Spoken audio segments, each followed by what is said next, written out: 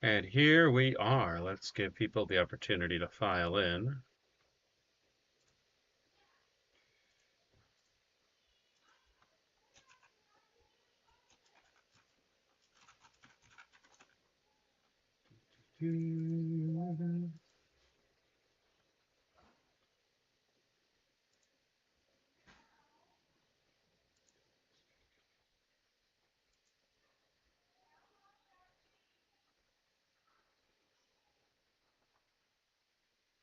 And we now wait.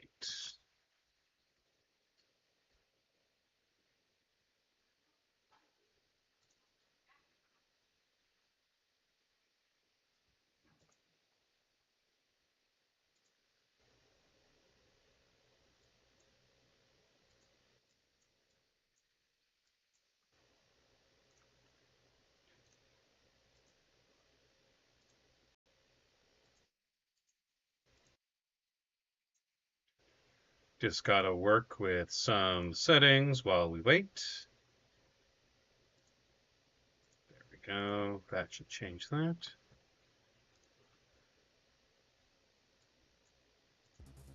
There we are.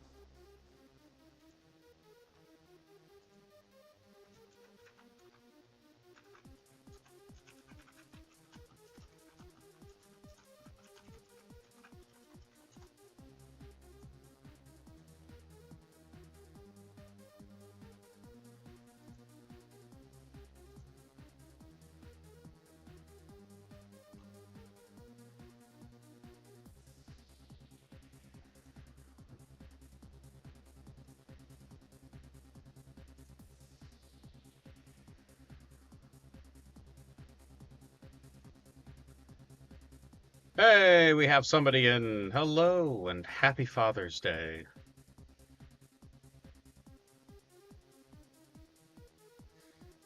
Yeah, going to have to give me a little bit of time as I get things set up.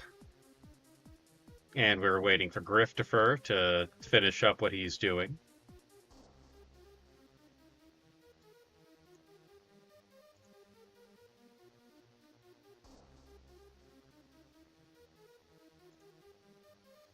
So I hope everybody is having a beautiful Father's Day.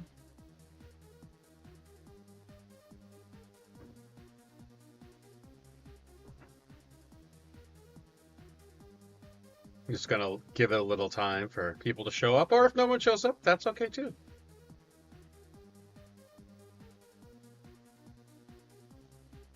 People are probably busy doing Father's Day things.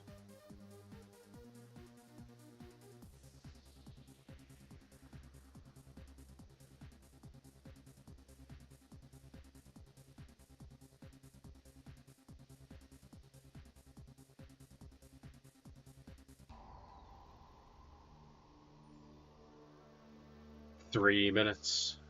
I am happy to be both on time and extremely heterosexual right now.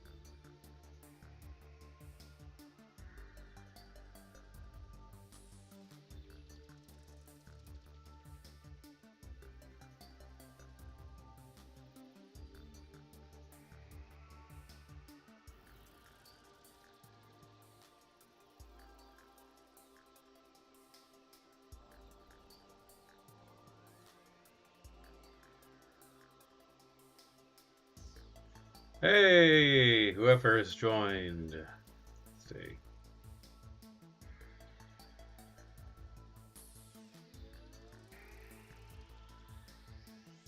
Here we go. It's just me. That's okay.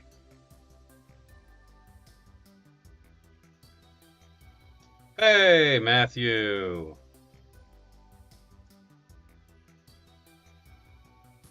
What's up, man? Well, I hope you can enjoy your time while you're working. And I mean, you're not a dad yet, but one day you'll be a dad. It's good to hear from you. I want you to know that in my buddy's tabletop game that he made me play, I am basing my character after you. So enjoy.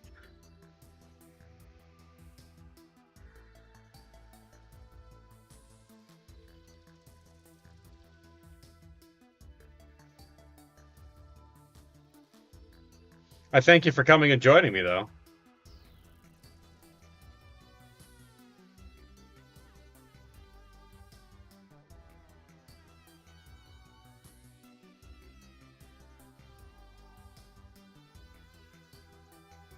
I'll get to explaining everything, and it is officially noon. Hello, everybody, and welcome to Navis Noble. Oh, Matt, I wanted to play somebody who was a more rural character, and you pretty much, in the most sarcastic way possible, epitomize that.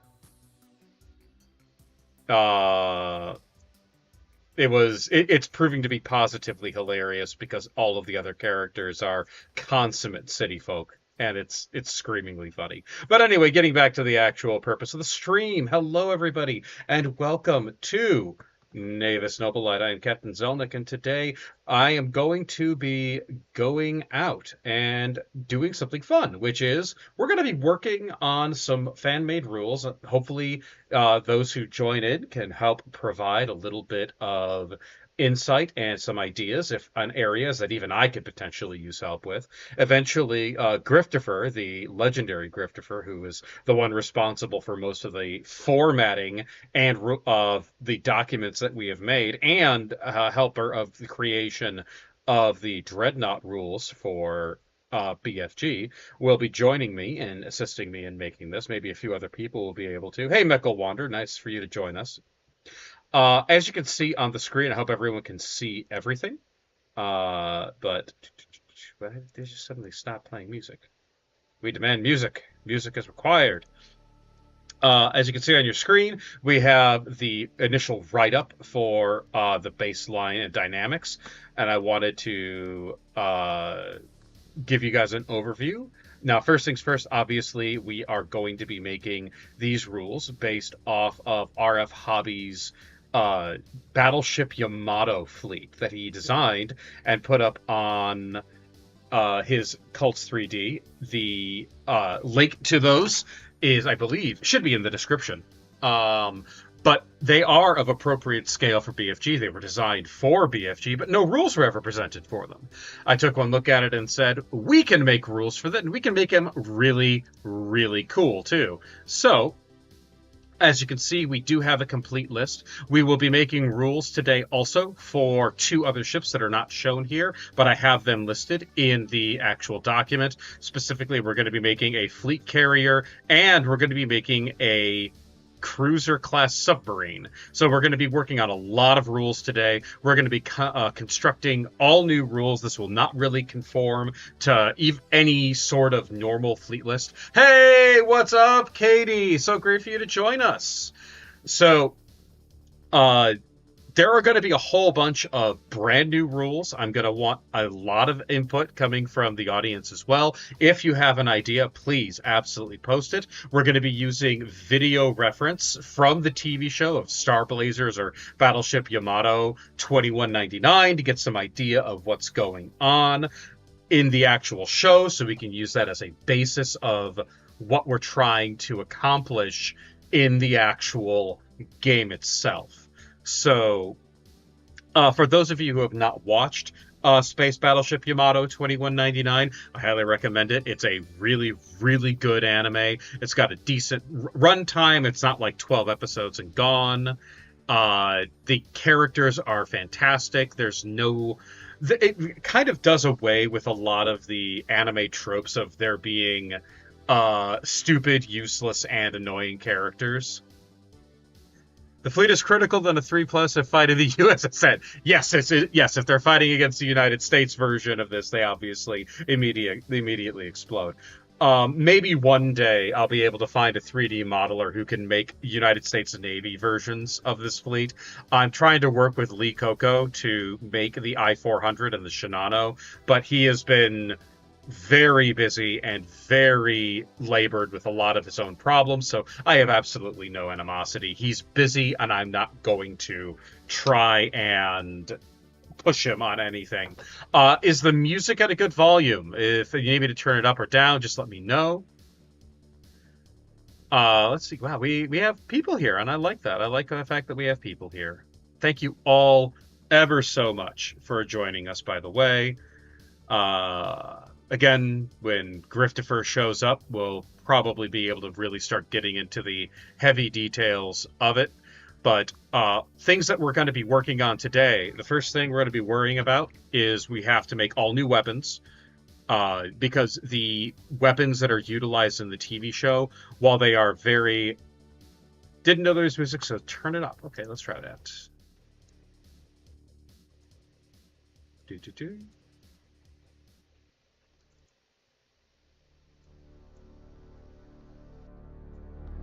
How about that? Is that better? Or is that too loud? Just let me know. So, getting back to the point, we'll have to worry about making new weapons. We'll have to make new ordnance.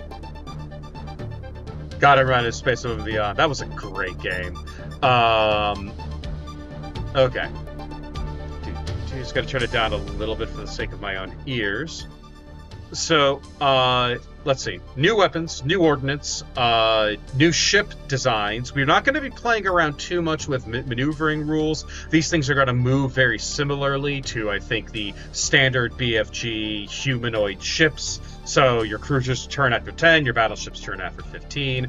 Obviously, in the TV show, you see things turning on a dime. We really can't have that too much when it comes to the gigantic, the really gigantic ships. But a lot of things are going to have to be heavily modified. Hey, Fern, what's up? Darth Sidious's voice, do it. Yeah, absolutely. Imperial Navy is going to be so confused seeing ancient Terran sea ships from the 22nd millennium just flying through the void, blasting away, doing surprisingly well. Absolutely. So one very important thing we have to come to terms with is scale. We are throwing scale out the window because the TV show actually throws scale out the window on a regular basis. There are moments where the ship is small. There are moments where the ship is gigantic. There is no consistency whatsoever. So we are not even going to try. We're just going to maintain the standard cruiser, battleship, escort mentality. We also very much have to take into consideration that we're going to be making submarines. And this is going to be actually something pretty new in BFG, because submarines, they're really the only kind of domain that submarines exist in, are demon ships when they move in and out of the warp. And in both Battleship Yamato and the methodology that we're making these fleets in, submarines are a thing. So we actually have to we're going to have to play around. We're going to be really creative today because the I-400 is a thing. We may also dabble a little into a little bit of Japanese naval history. I just trying to figure out some of the armaments of the actual historical vessels, because all of these ships that are displayed are actually historical ships that have been sci-fi-ified. So just learning about one of them, because I had to try and figure out what it was armed with, made me realize that there could be like 3 different classes of this ship. Okay, getting back to chat. Matthew, in space, no one can hear you scream unless it's the scream of the battle cry of the U.S. States Marine Corps. That is 100% true. Or if they're looking for their crayons, which they have lost. Fern, I need to get Tau Fleet in my life. If you're looking for a Tau Fleet, I would highly recommend Deadly Caffeines. I made a entire video showing them off. They are positively amazing. I highly recommend them. If you want a newer version, I mean, you have a couple of choices, but none of them are really as good as the originals. but I would shop around. Please go into the history, says Fern. Okay, I'll try. Japanese naval history is not my strong suit, but I'm happy to try and delve deep into it. Merkel wanders, so the subs can go dark. We're going to look at some of how submarines worked in Space Battleship Yamato. There are a couple of ways we can handle it. But yeah, there may be a situation where we're actually going to be using some of the least used tokens from Battlefleet Gothic to represent sensor blips or sensor echoes for a ship that may not be in real space. Fern says, please go into history again. I'll try. Okay. So the first thing that we're going to talk about is fleet dynamics and ethos. What are the fleet dynamics of this fleet? And I had to think about what is not actually represented in Battlefleet Gothic very effectively. And I realized, while this is definitely a World War II styled fleet, there's not a whole lot of difference between the fleet we have here and the fleet that we have in the modern day. Aside from battleships, we have all of the same classes. Did the caffeine designs are brilliant? Yes, they are. I highly recommend them. Yes, they will cost you money, but they're 100% worth it. So we have our destroyers, we have cruisers, battle cruisers, and we have centers of the fleet. And I realized that in Battlefleet Gothic, there is no representation of a modern battle group or a modern carrier strike group. And that typically revolves around the center of the fleet, which will be a carrier or a battleship. It's either going to be the Yamato, the Kirishima, or the Shinano, supported by smaller ships that are designed ultimately. Yeah, Katie Nobunaga, World War II was kind of the dawn of the modern era. Yeah, Navy, and you're 100% correct. So, yep, you're right. Correct, Matthew. Gunnery is all going to be based upon the center line. So that means, guess what? We're probably going to have to make our own critical hit table, as wacky as that sounds. But the dynamics of the fleet is you will have a center of the fleet. It is going to be your flagship. It'll be the Yamato, it'll be the Kirishima, or it'll be the Shinano. Basically, it'll be battleship, or carrier. And then you will have, surrounding it, supporting cruisers and escorts. Their purpose is to be defensive. They're meant to amplify the effectiveness of the rest of the fleet and protect the battleship, which means it's going to be a top-heavy fleet. Now, I want to make the rules in such that you can make a group that its focus is actually on the battle cruisers, so you don't necessarily have to be so top-heavy, but we're going to have the center of the fleet, and then we're going to have supporting ships. Now, obviously, another element, will there be boarding ships? Boarding was never really demonstrated a great deal, either in the anime. So this is actually going to probably be one of the elements of the fleet that they are weak on. Boarding is not necessarily going to be the focus of this fleet. They're very much a matter of, we are trying to kill our enemies at range. So there won't really be assault boats. There will be bombers, there will be torpedo bombers, and there'll be fighters. Boarding will, of course, be part of the element, but they're not going to have any kind of necessarily benefit to boarding. They may actually be weaker because they may have less crew than other ships in the BFG world. Also, we are taking the lore of BFG and throwing it in the dumpster right now because this is fun. We're not talking about actual lore here. If you bring this to a game and your opponent agrees with it, just say the warp is weird, people got lost, ships are strange, deal with it. Boarding through ramming the ship into the enemy. That happens already, so that's something new for this fleet. So, other elements that are going to be unique to this fleet. As you can see on these pictures, there will be rear-firing weapons. There are virtually none of them in BFG. But what you're going to have is most of your firepower is going to be focused on the broadside. Your broadside will be basically the arcs of fire that'll be strongest will be aft. Aft will be the weakest, prow will be the second weakest, and then your max firepower will be your broadside. Okay? Now, we also have to move into elements of the lore as translated to the game. With the wave motion cannon, which is seen in this image on the Kirishima, I can get a little bit bigger of a photo. Kamikaze ships, no, we're not going to play. I mean, we could go there. That would be interesting. So as you can see here on the Yamato, right here on the tip, and then here on the Kirishima, here on the tip, and I'm going to have, when this thing is finally modeled, we'll also have a wave motion cannon. Now, the wave motion cannon, as shown in the anime, is your standard kamikaze fire ships. We already have fire ships in the game. I don't necessarily want to go overboard yet. I want to get the baseline rules, and then we can really play around with the silly stuff. So, the wave motion cannon is a properly powerful, likely to function along the similar rules to an Apocalypse gun or the Nova cannon. This fleet is going to rely heavily on the big guns of its battleships. That includes the wave motion cannon. And yes, the carrier will also have it, even if the carrier is focused on strike craft. We'll have to figure out rules to make the wave motion cannon apply to the effect of... Let me mute that. Apply to apply appropriately to the game. As long as you finish the fleet, versus fight against the SDF-1 from Macross. I'm down with it.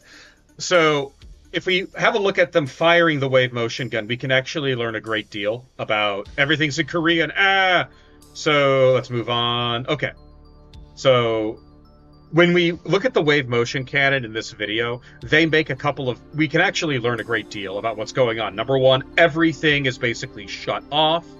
They have to sit and point the whole ship. Hey, Kevin, happy Father's Day to you too.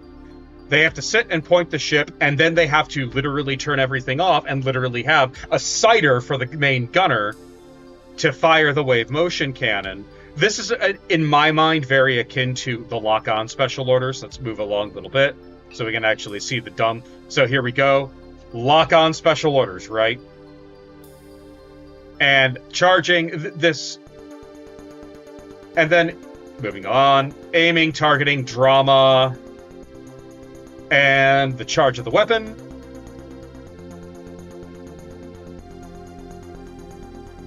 And here we go.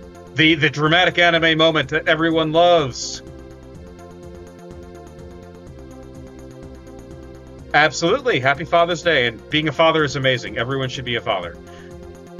And yeah, I love the fact that it actually has a hammer on the little targeter. Okay. And as we can see, this is your standard issue anime scale, super powerful Goku Kamehameha blast weapon that destroys a continent. Okay, we obviously have to tone the shit down for Battlefleet Gothic. I think that doesn't surprise anybody. But we can absolutely find a way to make this work. We have to think about multiple alternatives and options. But yeah, so that's our first weapon that we have to worry about. Okay, wave motion cannons. How do we make them good? How do we make them balanced? Basically, the more powerful the wave motion cannon is and the battleships are, the less powerful the...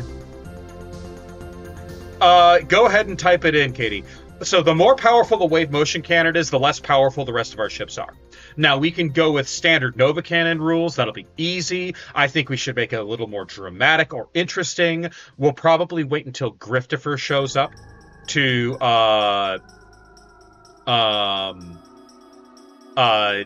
really start hammering out rules, because Griftifer is one of the best people for rules design in the BFG community. So another thing that is very elemental in Space Battleship Yamato is that firepower is very long range, but relatively weak. So we have another good example. Let me actually pull up the next video. First battle. Here we go. So we have here, this is the very first battle that's shown in the show. Let me actually get to the pitched battle element. So we have these dorsal weapons. These are the Gamilla ships. These are the bad guys. And as you can see, they have beam-type weapons, very long-range weapons, very damaging weapons on the Gamilla side. And then you have, of course, the compression cannons of Earth, which do absolutely fuck all. So we have one type of weapon already established. But Guadalcanal was 2 worlds. Guadalcanal, very nice. we all quietly shame you. Now, you're still awesome. It's okay. So we have on the Earth, in Space Battleship Yamato, we have the presence of a weak, long-range beam weapon. Now, in Battlefleet Gothic terms, long-range beam weapons typically equate to being lances. Very, very accurate, but they're supposed to hit with maximum firepower. But we just saw that there is armor that can defeat this compression cannon. The next thing we have is the shock cannon, or the positron cannon. And the positron cannon is basically a compression cannon that is significantly more powerful. It's what the Gamillans use in the show. And nothing really in the show, except for the battleships of the Gamillas, can even resist them. So we have something akin to our standard lance. Now, I really want to make the point, these do appear to have the ability to combine together into a single focused blast. We can make rules for that. That's going to be a really cool thing we can do. Another weapon that is in there is... Hold on. I wanted to show that off. Notice how it tracks. I think that's just so cool. Oh, that hurt. But yeah, these positron cannons, they can merge together into one particularly large shot. They have very, very good range. Yeah, again, clearly things that we can base it off of the lance on. All right, now, how about having the wave motion cannon as a thick line of death, like the Armageddon gun? And that's definitely an easy way to go. I'm not arguing that point.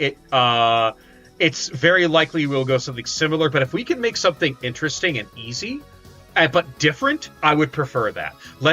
I want to avoid, as best I possibly can, reusing rules, but not making things more necessarily complicated. We want novelty. A lot of novelty in this battle. Okay, so the other kind of weapon is the Type 3 shell. Now, I'm going to skip over this part because this is not a really good representation of the Type 3 shell, but it is fun to watch. Actually, let's watch. Weapons batteries! Closing within 15 centimeters! Get wrecked. So, obviously, Type 3 shells are I'm going to pause it right there. Type 3 shells are obviously a weapon battery. They are a physical shell. As you can see right here, the Type 3 shell gives absolutely no fucks about Gamillas armor. The level of damage that it does to this Gamilla ship is actually kind of offensive. Like, this is humiliating. A solid physical kinetic shell just absolutely wrecks this cruiser of the Gamillas. So we have a very, very powerful, very, very short range weapon. This could be function as something that's similar to a heavy gun. It could function similar to a bombardment cannon. Basically, what we need to function it as, though, as something that you simply do not want to be hit by. But it is very short range. As stated in the show, Type 3 shells are short range. Except in this scene, where they're really long range. Because this show does not understand scale. And here's your shell. There's its nuclear timer. Whee! There goes the beam, and click, boom. And, of course, we also have another complete failing of scale. That's a really big explosion for such a small shell. So, there we have it. We have weapons. We have a weak beam weapon. We have a strong beam weapon that can combine into a stronger beam weapon, the wave motion gun, and the Type 3 shell. Now, this show also has elements like torpedoes. It has defensive turrets. So as you can see here, we have defensive turrets. I think we all know what these are going to be. These are defense turrets, and pretty much all the ships have them in some variety. We need... Type 3s are also time delay, should have a better crit chance. We're probably going to be playing it according to either bombardment cannons or heavy gun rules. Katie Nova says, scale seems to be very hard for riders. That is 100% true. Scale is always going to be a problem. That's why we're ignoring it today. Now, another element of the fleet, as we get back to the document, character strength is going to be relatively weak in this fleet. If you look at the image, there's only one ship in there that is a carrier, and that's the one right in the center. If you bring the Shinano, you'll be able to get better carriers. But we also know in the show that there are interceptor missiles, there are anti-ship torpedoes, there are lots of things. Yes, there's also like the historical Type 3. That is 100% true. I don't know how much we're going to play around with that. I think this fleet, we could absolutely find a way to make it work. But think of it this way. If it's like that, then it's just basically a bombardment cannon at that point. Anthony Restadale, the explosion on Pluto was also an entire enemy base cooking off. That is entirely possible. But at the same time, we don't know for sure. All we saw was an explosion because it's anime and everything is made out of matchsticks. Okay, so other elements of the fleet. The battleships are going to be heavily restricted. They are going to be ridiculously powerful. Scale changing should be a special order, dear God. Matthew Adami, why not 10 centimeters double hit for crit? That's possible, but that's 10 centimeters is a recognized range in the game. It's heavily underutilized. Maybe we'll see how that works, because if we're going to integrate the element of being able to shoot down ordnance, we might as well just make it a bombardment cannon. Or at least a better bombardment cannon, which is going to make Space Marine players very, very mad. Okay. Let's see. You form a battle group around battle cruisers. You can, allowing your fleet... Now, this is another thing. We're going to be pulling some lore from the show. Small Flame template can make an AA variant more unique and different than the bombardment cannon. That's interesting. I was actually considering using the Flamer template and the Small Blast template from 40k or modern 30k. We'll talk about that when we get to those rules, but that's a good idea. Hold on to that, Electric Fan. Okay. So the elements of the battle group, instead of buying up to your battleship, you start with your flagship. Okay, so you'll be buying the Shinano, the Yamato, or it's supposed to be the Kirishima. Oops. I thought it was the Kongo. Of course, let's see. You can form a battle group around battle cruisers to have a little more flexibility as smaller battle groups and for smaller games, but you'll be vulnerable due to lack of shields. This is an important point for the show. Shields do exist. Energy shields absolutely do exist. Japanese say it was notoriously bad. And it's notoriously bad in the show, too. We'll get onto that. So, in the show, shielding was dependent on the hyperdrive that they used. And the only ships that had them were the biggest ships. So, only the Yamato, the Kirishima, and the Shinano are going to have shields. The battle cruisers will be able to purchase shields. Okay, and they had no radar, it's true. This is still more advanced, Matthew, so they do have radars and sensors. So the only the Yamato, the Kirishima, and the Shinano will have shields. Your battle cruisers, if they are the flagships, can upgrade to have shields. But broadly speaking, most of your ships are going to be unshielded. That's something. If it doesn't have the wave motion cannon or the shielding, yeah, it's not going to be. Your ships are going to be vulnerable, so bear that in mind. Shields are rare. Okay, torpedoes are strong on only certain ships. Other ships don't have torpedoes. Turrets are going to be weak in this fleet.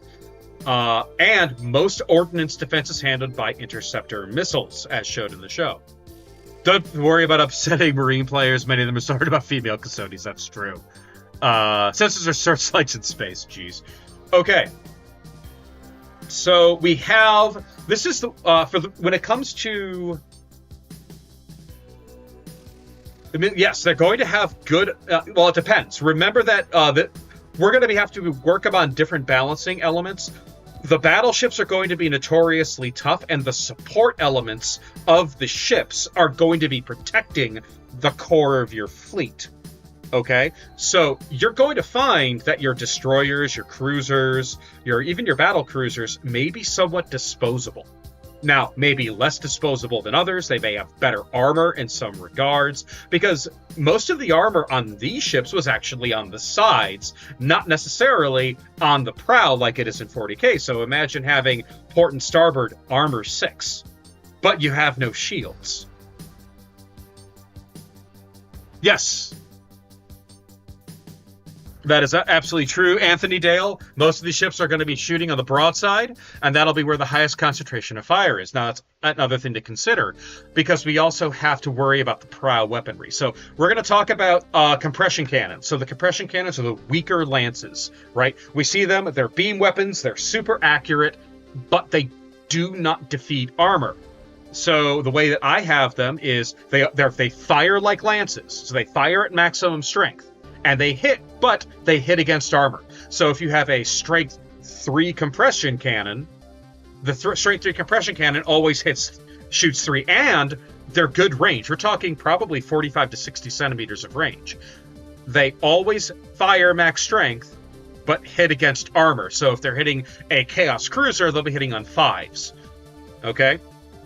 So, not bad, but not awful. They're a little better than a weapons battery, but they are not as good as a proper lance. And a lot of the smaller ships are going to be armed mostly with compression cannons. So you're going to basically be seeing the Macross moment of everything shooting lasers, but most of them not doing that much. So yeah, that's your compression cannon.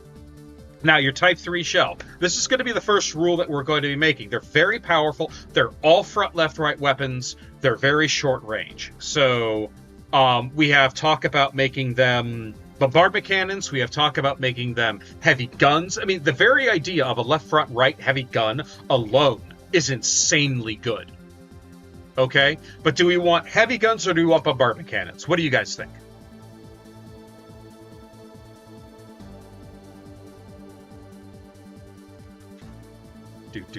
Hold on.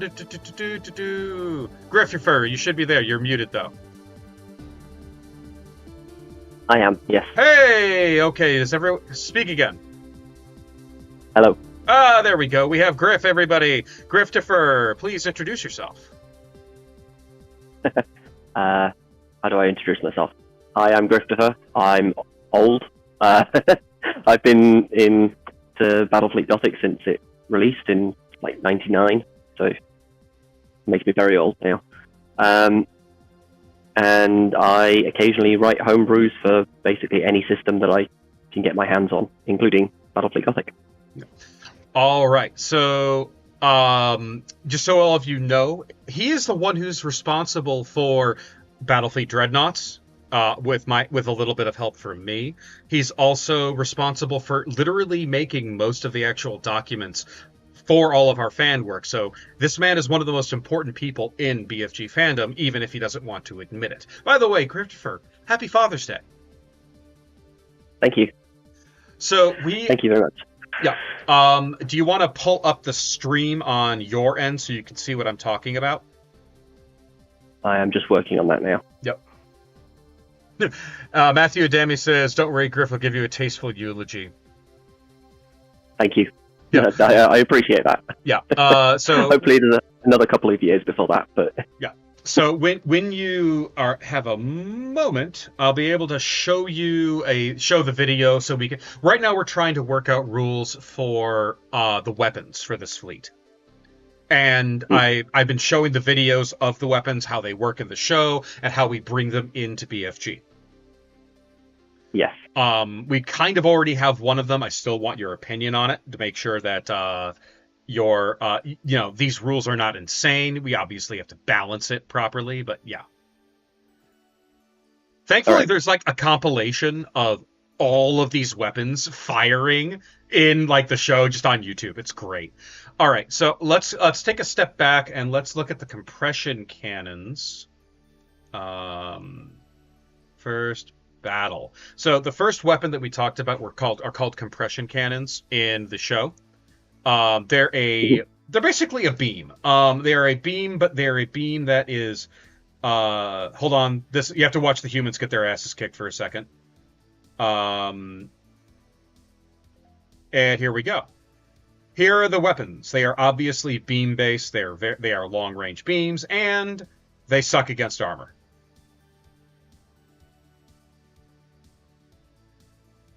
So my interpretation of that is they fire like lances, so they fire maximum strength, but they are susceptible to armor. All right, yeah. Seems reasonable. That's what I figured, but I wanted to be sure. The next one is going to be the Type 3 shell, which is the weapons battery equivalent to the show. But it is noted that in this show that they are notoriously short range. Okay? Yeah. So the important one is not that one, it's the next one. So this is the same kind of ship that just ignored a compression cannon. We'll rename the tournament to Griftifer Adepticon Memorial Tournament. But as you can see, it didn't really care about the armor at all. In fact, it's kind of embarrassing what happened to that ship. And then it just hilariously crashes and dies. They make a point of the show that it's notoriously short range, but clearly it does not care how good your armor is. So it also has a version of it that has an anti-air equivalent. And we'll booby trap the grave to fend off archaeologists. Jeez. So we are trying, right? The first rules that we're going to be working on as the community is what is the best way to represent this. Now, bombardment cannons are the most obvious, right? Because they're good against ordnance, they're good against everything, really. But is there any other way that we can do this? Other people have suggested heavy 10-centimeter weapons that can hit twice, like a heavy gun. I suggested left, front, right heavy guns. And that alone is a power that's really never been demonstrated in BFG before. That's true. But it doesn't really represent the ability to take out ordnance. No, that's true. So what do you think? Yeah, I mean, I think, the easiest would be definitely the bombardment cannon. That seems like the most fitting. It's got the right combination of abilities. But it would only be 15 centimeters though, because they're going to be, again, short range. Yeah, but short range that's not a problem. Bombardment cannons aren't exactly long range either, so. So hits on 4s, crits on 4s. Now, what's going to balance this out for the fleet itself is going to be that there's going to be a lot of them, especially on smaller ships. Because Type 3 shells, anything with a gun on it can take a Type 3 shell. Just before you showed up, we talked about the fleet dynamics of this. This is going to be the first Battlefleet Gothic fleet to actually utilize more modern strike group, carrier strike group dynamics. Okay. That is correct, Anthony Dale. About a third of the firepower of the Yamato will be left, rear, right. That is 100% true. I made the point earlier that this is going to be the first fleet where rear-firing weapons are going to be a real thing.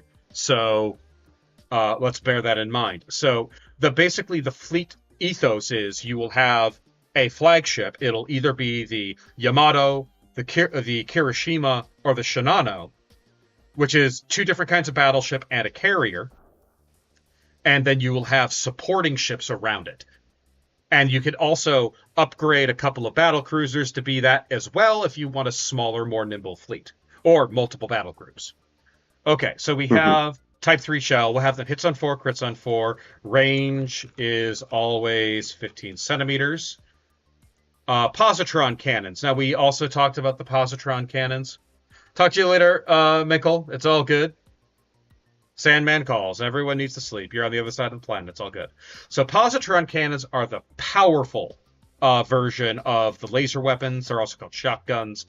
Here is the video.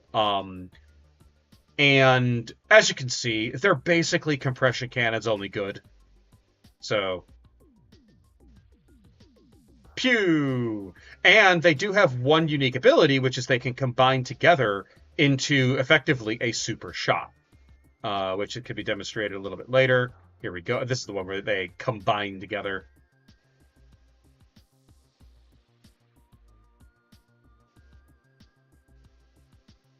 So, pew, miss.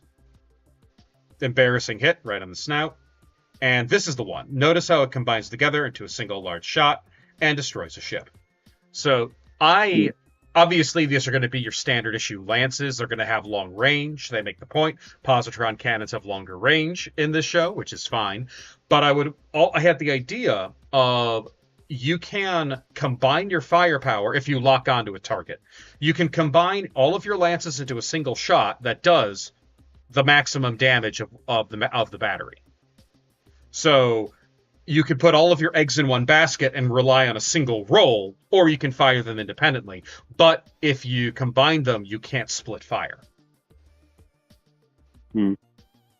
Okay. Interesting. I'm not convinced by that as a mechanic. Okay. As is. Because I can't see any particular reason to fire as a single dice roll rather than 3. So the reason would be it's a gamble. It is a reasonable gamble. So you have a choice between rolling 3 dice or rolling 1 dice if you're locked on, right? Yes, I see that. But it's identical mathematically. It is, but it's not identical situationally. Except that it is. Well, okay. Well, as long as you're shooting at something that has more than, for example, if you have a strength 3 lance battery, like because they were and turrets of 3s, if you're shooting at something with more than 3 strength, with more than 3 hits, 3 or more hits, then yes, it's identical. If you shoot at something with less than, you want to be shooting multiple lances. Well, I suppose that's potentially true, actually. Yeah, brace made. Maybe. I don't know. I can't remember what the ruling is on. Anthony, it's again if it's a multi-hit shot, it is against the hit, not against the individual damage. You only get 1 brace save against Nova Cannon. You don't make saves for the D6. No, you're right. It's against the individual damage. You're correct. It has to be because yeah, no, you brace them all. Yeah. Hey, I can be wrong. Abacus at 20 paces. Okay. Well, we see this mechanic. They can combine into a stronger shot. How do we interpret this in a rule?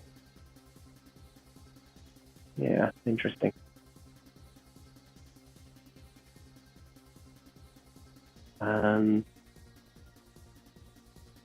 Anyone in the chat also can chime in, by all means. I mean, my immediate thought would be to say you make it 1 dice, and maybe you get a bonus to your crit rolls. Oh, okay. So you get 1 dice and all damage crits on a 4? Or something like that. Crits on a 5, crits on a 4, potentially. So your damage output is more swinging, because you either get 3 or nothing. Right. But you're more likely to do something. Yeah, you're more likely to hit something critical and do something extra. So let's put it crits on a 5. That's still a huge improvement. That's still a 1/3 instead of a 1/6. Yeah, 100% improvement. Okay. And now the wave motion cannon. Otherwise known as unnecessarily huge beam weapon that has no easy way of determining damage. Okay. So, do we want to just use Apocalypse Cannon rules? I was about to say, yeah, Planet Killer. It feels like the thing. But, Planet Killer rules for now. Hey, Taktat Sever, how are ya? All the way from Turkey, if I remember correctly. Okay, other weapons that we have to worry about. We have interceptor missiles, because the show demonstrates that a lot of their anti-ordnance is based upon firing interceptor missiles, much like the Aegis system.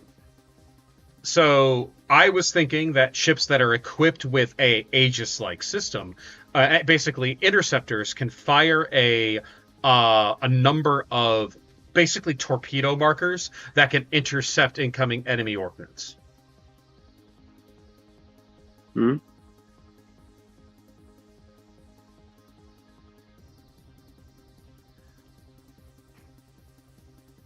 From now, I wonder how you guys would do for the ships from Legend of Galactic Heroes. Answer: all ships have exactly one hit. They have one up armor.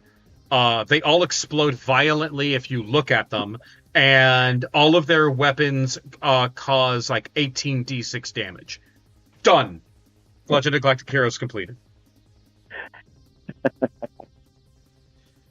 So some ships, if we look at the image, we can see that a lot of the ships have missile launch capacity, especially the Kirishima. So let's see if I can give me a second. I have to actually pull that image up. Here we are. So the Kirishima obviously has a ton of these vertical launch tubes all over it, which is kind of what I really wanted to focus the Kirishima's battleship capacity on, which is vertical missiles and able to defend the fleet with effectively an Aegis system. Incoming enemy ordnance is going to be shot at by basically torpedo markers that are specifically designed to intercept other ordnance. And it's so in effect, the Kirishima's power is in the ordnance phase. It is going to have shock cannons. It has a wave motion cannon, but it's nothing compared to the Yamato. The Yamato is going to be our gunboat of gunboats. It's going to be the biggest ship of the fleet, obviously, because it's with the exception of the Shinano. But the Kirishima's power is it's going to be able to cover the fleet with ordnance coverage with its interceptor missiles and maybe some vertical attack missiles as well. And the rules that I had for that was, it basically, they function a lot like, what's it called? Boarding torpedoes, but they don't do anything to ships. And if they hit a marker, they function as a fighter.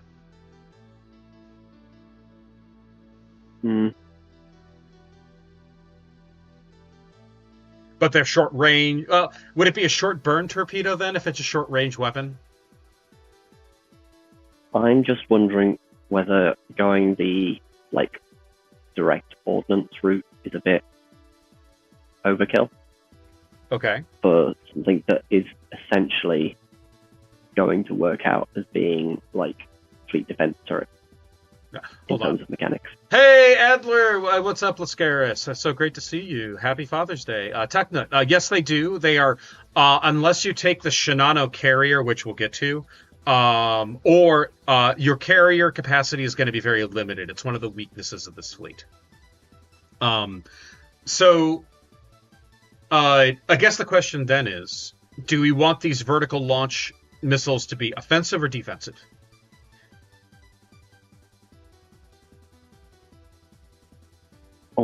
Alternatively,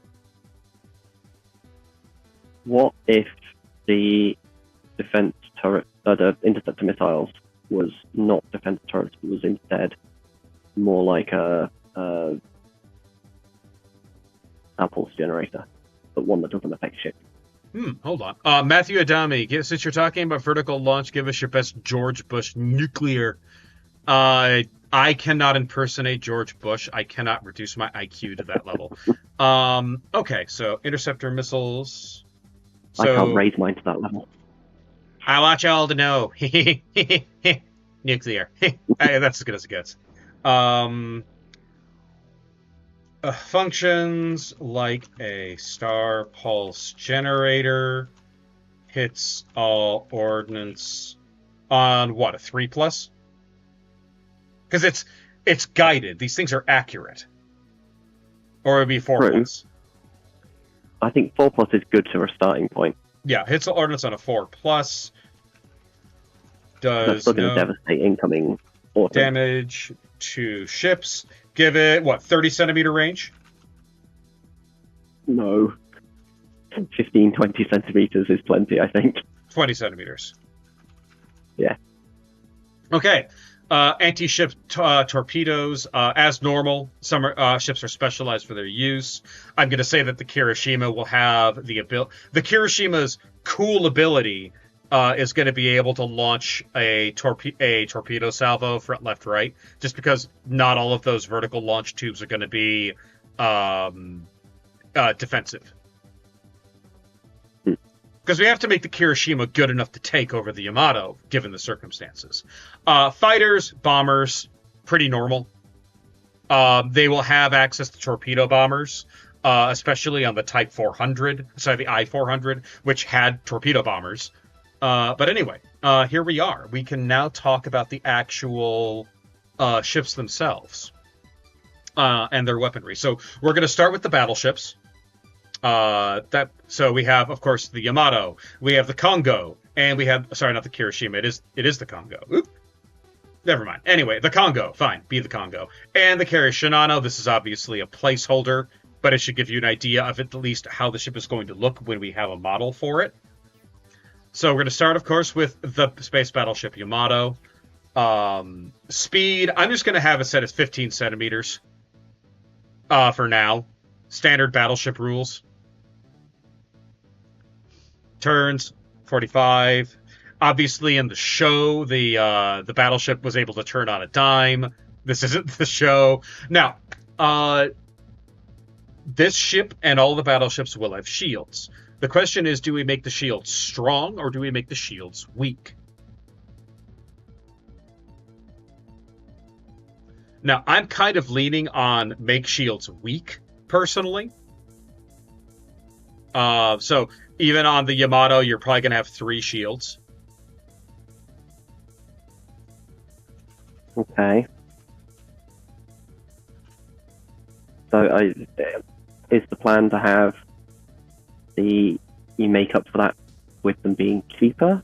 No, you make up that in firepower? Firepower. 100% firepower. Okay. But also, these are the only ships, the battleships are the only ships in the fleet that can take shields.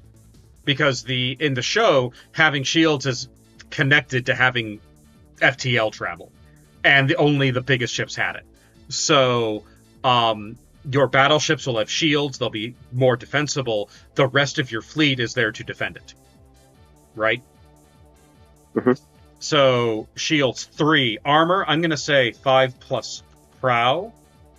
And 6 plus left, right. And prow aft. So you have 5 up armor in the aft, 5 up armor in the prow, because those have 2 delicate systems on it. On one side you have the wave motion gun, on the other side you have the giant engine. But these ships were all armored on the side because they were meant for broadside combat, right? Yeah, okay. And turret value, it's a battleship. It's got a whole bunch of them here. What do you think? Give it a 4? Yeah, 4. It also is part carrier. Okay, so firepower, we have a lot. We have a lot of gun here on this ship. So we have the 1, 2, 3 really big guns. They have smaller guns right behind it. So as this is a battleship, it's going to have the positron cannons. So, and I say we set 4 positron cannons. Deck.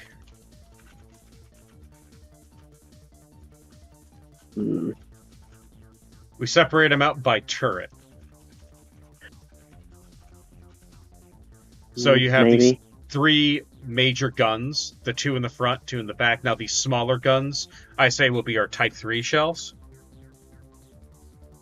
Or we can make them compression guns, or we can make them more positrons. So that'll be 9 in the front and then 6 in the back.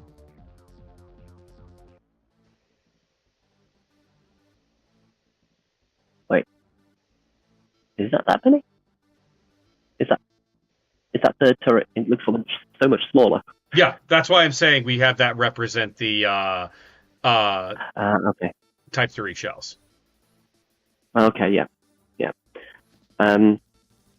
Just from a Battlefleet Gothic perspective, we should probably be using the standardized layout. Well, so unless you're planning to do a whole new critical hit table. We are probably going to have to if we look at it, because there's really no such thing as a port and starboard weapon. These are all dorsal mounted, prow, deck, deck gun. Hold on, let me that prow. I mean, I would call the little turrets along the side. I would call those port and starboard. Yeah, but those are I would say those that are you've got the problem is prow-mounted weapons and dorsal weapons. but those guns are the defense turrets, so they don't have any effect on major ships. Yeah. Okay, fair. Yeah. So again, we are taking the rules and we're throwing them out the window because we have to make new rules for this fleet. Yeah. Okay, so we have 3 prow positron cannons at firepower 3, and another set of 3, and then we have another set of 3 in the rear. Now, obviously, these positron cannons were shown to be hybrid with Type 3 shells, so we're gonna have to bear that in mind.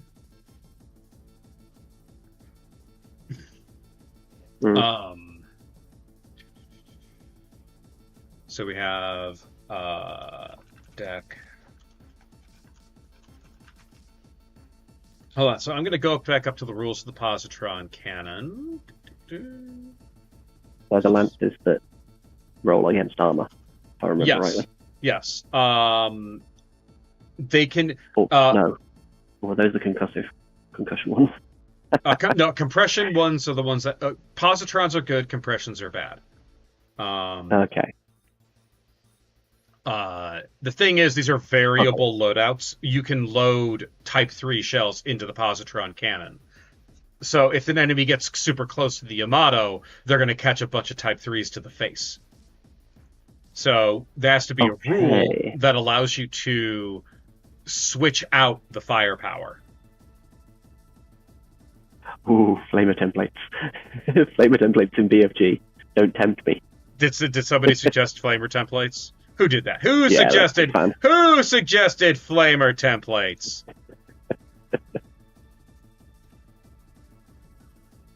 I kind of like that idea, actually. It's interesting. Yeah. So the Type 3 shells are an alternate fire for the positron? Yes, they effectively? Yeah. Okay. So, now,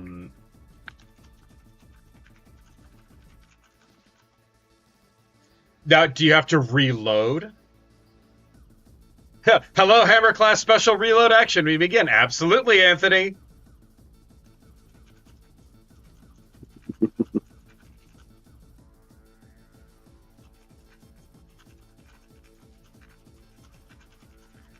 Okay. So, positron cannon is going to switch to a Type 3 shell with a successful reload special order. How powerful of a battery would that be, do you think? Just, make it 1 for 1, because here's the thing. We already have 2 standard Type 3s in the back, right? That's going to be 3 there and, 2 in the back? Is that a strike 2 shell turret? No, it's already a 3 and 3. That'll make a strike 9 in the front and a strike 6 in the back. Or do we want it to be stronger? Because that's still a pretty... Say again? It's only 15 centimeter range, though. Yeah, so double the strength if it comes out of a positron cannon? We'll see. Let's get all the numbers down for the base, and then we can figure out how the conversion works. Because, I mean, you're already looking at 9 lances on this thing. Yeah, but that's what it's meant to be. I understand that, but 9 lances is a lot. Nah. Okay, deck Type 3 shells, range is 15 centimeters. Deck is going to be strength of 3. Aft shells, 15 centimeters. It's going to be strength 3. Okay. And, of course, the prow wave motion cannon. Okay. So, any other weapons on this? Yes, we have launch capacity in this thing. It's very small. Aft launch. Is it just fighters? I was going to say it's probably going to be just fighters. They do in the show they have heavier craft, but really it's only fighters. Okay, that makes sense based on the historical, because they only had scout planes, I think. Strength is going to be, what, 2? And all around. Okay. So prow's going to be front, left, right. Deck is going to be front, left, right. Aft is going to be front, aft, right. Deck No, type 3. Left, aft, right. Left, aft, right. So, aft, left, right. Yeah. Deck type 3 sails is F, L, R, and A, L. LAR. Well, aft, left, right, front, left, right. So, yeah. Front for the prow wave motion, or actually it's going to be star because it's special. Okay, so let's answer the question. How much of a conversion is switching out to Space Zero Interceptors and Hayabusa fighter bombers? There will be fighter bombers out of the other carriers, but we're going to be... Oh, in this one, they really only had fighters. They did have some, like, heavier fighters, but not enough to make a squadron. In the lore of the normal anti-air Type 3 shells of a Shrapnel variant. Yes, Electrofan. I think we should make a rule for that. Let's finish setting this up, and then we'll play really funny rules with it. Okay? Okay. We have to convert the positron cannons into Type 3 shells. We can do a 1-for-1. They are basically bombardment cannons at this point. And that will still give you a substantial fire, but it is shorter range, though. Yeah. That'd be strength 9 or up to 15 off the sides. Yeah. Which is more than most things in the game. It is a lot, but it's also half the range of any of the other bombardment cannons. Yeah, I mean... And you're trading off your 9 lances for that. Well, yeah, you are, but the range of those 9 lances is going to be 60 centimeters. So, again, it's going to reach out and screw people hard. But, again, you don't want to get close to this thing, and you don't want to stay... both of these situations with this ship, getting close to it and staying far away, neither are good. But this is supposed to be the concentration of the real fire in your fleet. Fern, don't do it. That's cheesing. Which bit? I don't know, Fern. Which one is cheesing?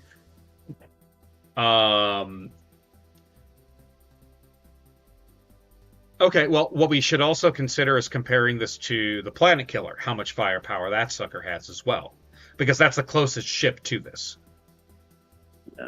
5 power, 12 weapons batteries, 6 lances, 9 torpedoes? 9 torpedoes, yep. Something like that? Yeah. If I remember rightly? Yep.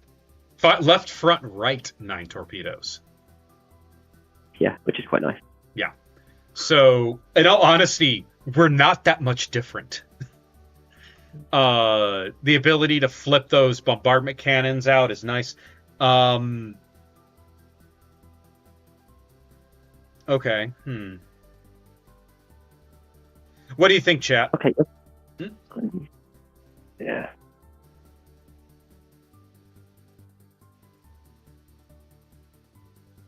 Anthony Rusty Dale said the Hayabusas carried anti-ship missiles in the Rainbow Cluster fight, of which Yamato had like 6 or something. That is true.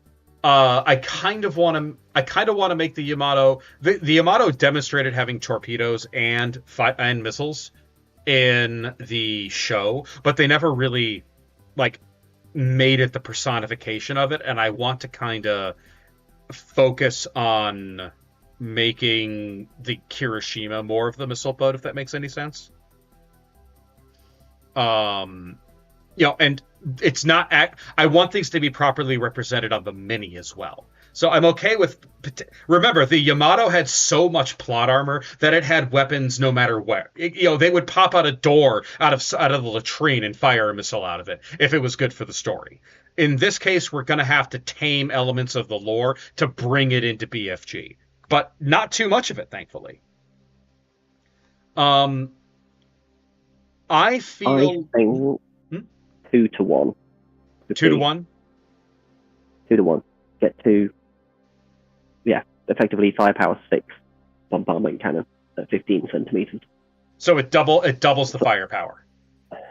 Yes, it's crazy good. But you have to be within but 15. It's 15 centimeter range. Yeah.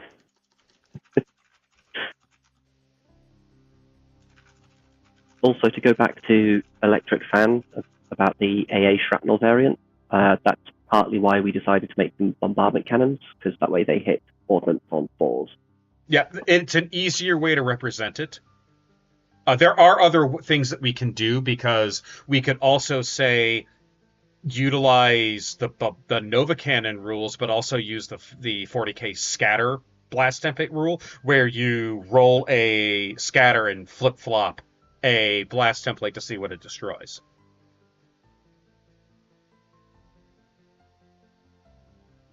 Yeah, Anthony Dale. Yeah, to be fair, they had top and bottom torpedo launch silo and the funnel. Yeah, they gave it weapons when it was necessary, and in this game we have to give it the weapons that are necessary.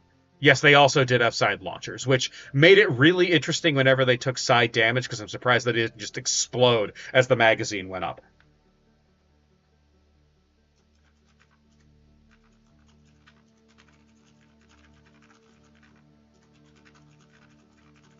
To 15 centimeters. Okay, so that has been equipped. So this thing is a beast at any range, so long as it's on the broadside. If you're going to want to kill it, approach it from the rear. Okay. There will obviously be special rules, because it is the Yamato. The first one, of course, is if it is attacked by an American ship, it dies instantly. Because the Yamato was supposed to be the most powerful battleship ever, and I think it died to a torpedo. So how did the battleship Yamato sink? Named after the Yamato province, the lead ship in her class of battleships in the Imperial Japanese Navy shortly before World War II. Designed to counter the numerically superior battleship fleet of the United States, the main rival in the Pacific. Only time Yamato fired her main guns at enemy surface targets was in October 1944, when she was sent to engage American forces invading the Philippines during the Battle of Leyte Gulf. While threatening to sink American troops transports, they encountered a light escort carrier group of the U.S. Task Force 77, the Taffy 3, in the Battle of Samar, sinking or helping to sink the escort carrier USS Gambier Bay and destroyers USS Johnston and Howell. So it did actually take out some American vessels. The Japanese turned back after American air attacks convinced them they were engaging a powerful U.S. carrier fleet, which they weren't. Let's see.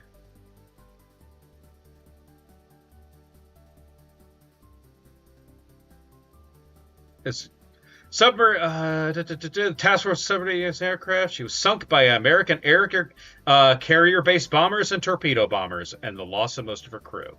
So, special rules for this fleet. Got airplane torped on the side. They didn't do that to the Musashi, and she refused to keel over. Okay, good to know. Okay.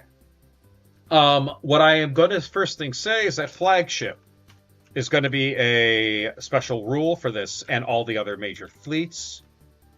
It'll give it certain special rules in guarding leadership. Also, it cannot disengage because it is the flagship. Or at the very least, disengaging is going to be hard. But we're going to go back and look at rules for that maybe in a little bit. Let's go over to the Kongo. So the base battleship Kongo. Well, what weapons do we have? Well, we have a wave motion gun.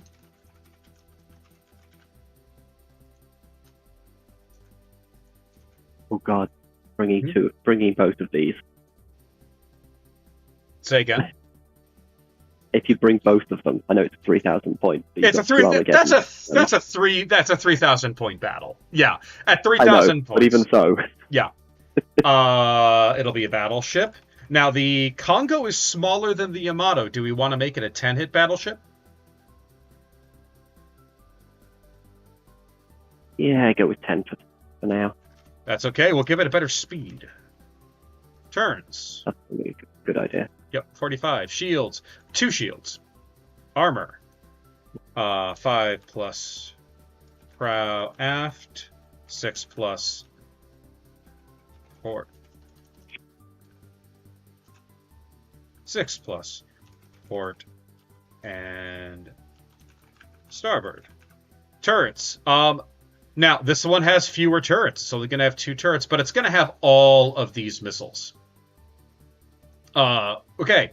Positron cannons, it has 4, 2 and 2. So, prow positron cannon, 2, 60 centimeters. Congo, fast battleship, better believe she's going to be 20. Yep, Congo is a fast battleship, so you better believe she's going to be 20. Actually, if she's a fast battleship, screw that. 25. Make her fast. We can change that later. But let's make her 25. Okay, Propositron cannon is 2, 60 centimeters for that, and FLR, and deck. Front cannon, 60 centimeters. Oops. Range and speed. I need this to be 2. 2. So that's still substantial. That's still strength 4, 60 centimeter lance.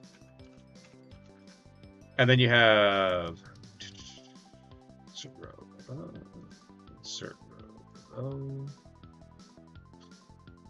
okay, so we have then aft positron cannon. That's going to also be 60 centimeters. It's going to be 2. It'll be ALR. And aft cannon. It is now cannon.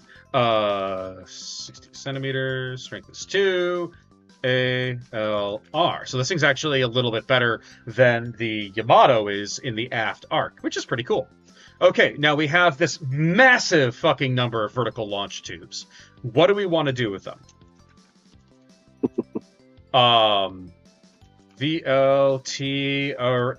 I mean, the easiest would just be a dorsal torpedo that's all round. Okay, so 30 centimeters. What's the strength? Say 9 to begin with. 9 to begin with. I'd say 12. You could do 12. 12 is beefy. That's me. Okay, and we do have a special rule that we have to work out here, which is going to be interceptor missiles. This will basically be its ability to intercept incoming ordnance with its torpedo. So basically my idea is, during the ordnance phase, okay, strength is yes, it is absolutely yes. This is my idea. During the ordnance phase, if a piece of enemy ordnance is within 30 centimeters of the Congo, okay, you may reduce your torpedo strength for the next launch if you're loaded, and reduce that strength by 1 token or strength. Basically, instead of shooting anti-ship torpedoes, it's knocking out individual fighters and torpedoes. I mean, yeah. I mean, would that be that different to just firing, I think, strength 1 torpedoes, apart from against bombers, I suppose? Ordnance phase. This vessel may select any enemy ordnance within 30 centimeters and remove 1 token per 1 token. Every loaded torpedo strength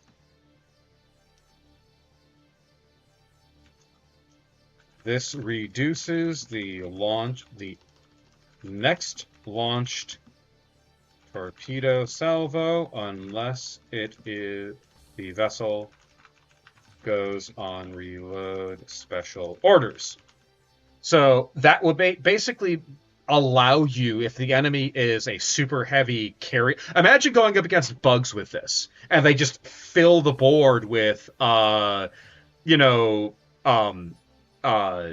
assault boats or feeder tentacles, right? And you can just go anything within 30, you can take out 12 markers. I like that idea a lot. This is a way for you to not necessarily compete in the ordnance phase, but it can negate an enemy's ordnance advantage. Mm-hmm. Okay. Yeah. I think that's a pretty good start with this sucker, because the thing is, this doesn't really have the Type 3 shells beyond its positron cannons. So it's gun weak, but it's missile strong. I really like this. Okay, Shinano. You say gun weak, it's got 8 lancers. And it has gun weak. Okay, compared to the Yamato, it's gun weak. Because the Yamato is a nightmare. I mean, it's 1 less lance than the Yamato. Yeah, but it also... Once you get over 15. Once you get over 15 centimeters, which is going to be most of the time. I mean, if you're so insistent, we can always give the Yamato more guns. I'm not insistent, not yet. We can do this. We have the technology. Okay. Let's go on to the space carrier Shinano. This is going to be a 12 hit because the Shinano was bigger than the Yamato. Not by much, but she was bigger. Shields. I'm going to give this sucker 3 shields because she's a big one. Armor is going to be 5 up all around. Turrets are going to be... now, this thing has defense turrets up the yin-yang.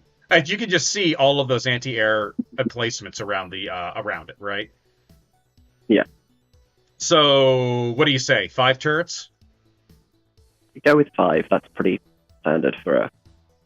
Okay, so carrier. The thing is that this thing doesn't have really anything but launch capacity. So, the wave motion. It has a wave motion cannon.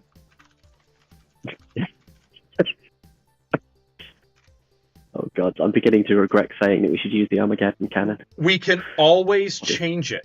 I have ideas. Okay. Wave motion cannon. It has launch. Dorsal launch deck, or just launch deck. Okay, range is going to be fighters, torpedo bombers, and what, normal bombers? No assault boats, yeah. But the fact that it has torpedo bombers alone, that's huge, okay? People should never, ever sleep on their torpedo bombers. Fighters, 30, so this centimeter. Torpedo bomber is going to be 20 centimeter, and bombers will be... Use only a 60 centimeter range version of the Armageddon gun. Maybe let me finish with these 3, and then we'll talk about my idea for a better wave motion cannon. I don't think this thing has any other firepower. I don't know if the actual Shinano has anything other than launch capacity and defense turrets.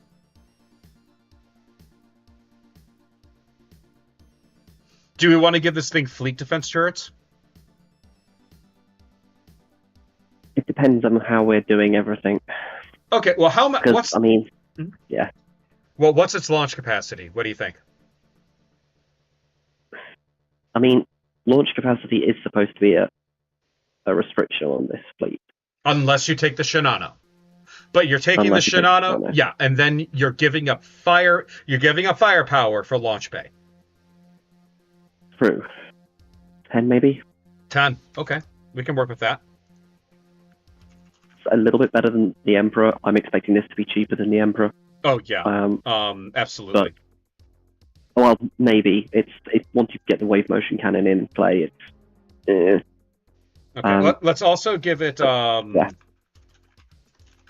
Sensor suite, +1 LD for... +1 LD, basically the same thing the Emperor has. Anthony Dale, the larger AA guns are dual purpose. I don't really want this to have anything more unless we want to give it Type 3 shells. Do you want to give it some Type 3 shells? No. Yeah, neither do I. This thing, considering the insane amount of damage that you can do just with a strength 10 torpedo bomber salvo, is filthy. And this is going to be 20 torpedoes. Yeah, that's nuts. And it's still going to be it's going to be probably of the three, it's going to be the cheapest of the three ships, if that makes any sense. Okay, let's move on to the battle cruisers. I want to kind of go top down, and we have to come up with a solution to a problem. You see these three things in the front? No. And the prow. Okay, so we're looking at the Space Cruiser Mogami. There are 3 holes in the prow of the ship.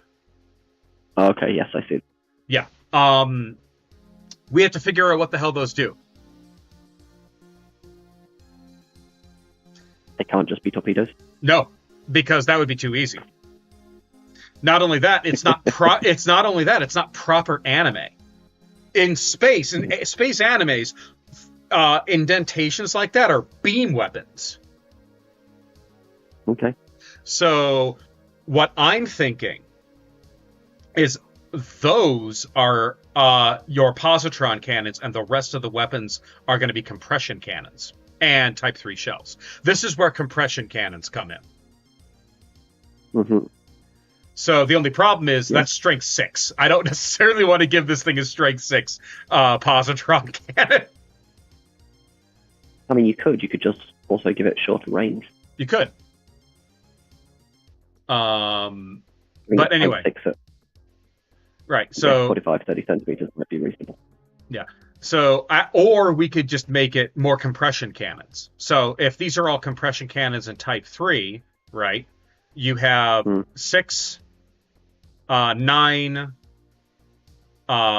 12, 15 compression cannons. That's still a lot. That's a lot of shots. That's a lot of guns. Yeah. So we could make these compression cannons in the prow and make these just Type 3. Yeah. Which would be consistent with what we had above. So why don't we do that? So we have a cruiser. The Mogami is a cruiser. We're going to give it 8 hits. Speed. Now we have to determine the standard speed of the fleet. Do we want to give it 25 centimeter speed or 20 centimeter speed? Whatever it is, it has to be equivalent to the Congo. Honestly, I think 20 centimeters is enough. Okay, let's tone down the Congo. The Congo down to 20. Yeah. Okay, so we have... you're going to have potentially a lot of armor as well still. Yeah. I'm not sure what the battle cruisers and cruisers are going to end up with, but I'm going to say quite a lot of armor as well. There's only 2 battle cruisers. They're going to have the armored sides. The normal cruisers will not.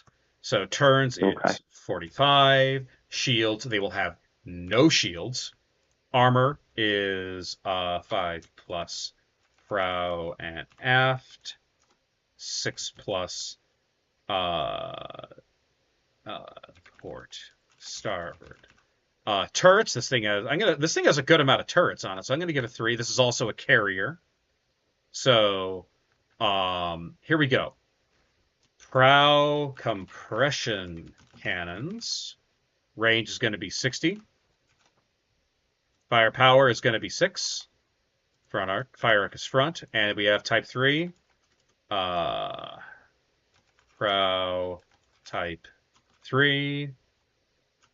Shells is going to be 15. Firepower is going to be 6. And let's front, left, right. And deck Type 3 shells. It's going to be 15, and it's going to be 3. And that's really, and then its launch capacity. Aft, launch, deck. What should this have? Fighters, bombers, and torpedo bombers, or just fighters, bombers? And what strength do you think? Give it all 3, but give it a launch capacity of only 3. So you're trading off slightly in terms of the Okay. total ordnance, which makes sense in this fleet. But Yeah. you are getting the torpedo bombers. There you go. Okay. Bombers. And launch capacity is 3, and it's going to be. Okay. That's pretty good. I like that. That's a nice, succinct little ship. Okay. That's where. There it is. Now this is your gun. This is gun. So, do we want to make these larger cannons? Maybe these 2 aft ones, which are particularly large. Yeah, these are all bigger guns than these. Do we want to make those? And this is your gunship. Do we want to make those positron cannons?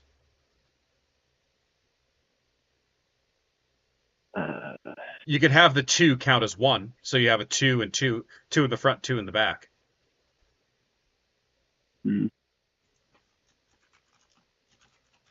Wait. So those 2 rear cannons look longer barreled, yeah? I think they're the same. I think it's just perspective. Really? Yeah, I think it's Very only perspective. odd perspective change. It may be larger. Let me see. I would have been tempted to say make those the Type 3s as well, but give them slightly more range. Oh, longer range Type 3s? Yeah, just on those rear ones. Let me see. I mean, it's hard to tell. They look like they are the same. It's just a difference of perspective. Yeah, it's possible.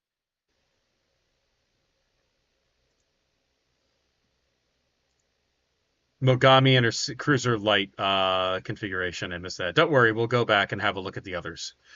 Okay. Well, yeah, we have 6 compressions. Firepower strength is up. Range is 60. Firepower strength is 6. Fire arc is front. Okay. Are we just making all of these Type 3s? Could do. A lot of gun. Yeah. Now these are meant to be bigger than the Takao is meant to have bigger gun. This is our gunboat. Which is why I was thinking longer range on those. Okay. Or maybe just make them all longer range. Type 3 shells at 30. What is it? Strength 4. Range is so 30 centimeters. Strength 4.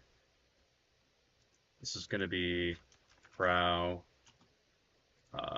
front, left, right, and then aft, rear, Type 3 shells at 30 centimeters. Strength is 4. Aft, left, right. So, and turret, let's see, type it is cruiser 8. Speed is 20. Turns is 45. Shields 0. Armor. I'm going to just copy and paste.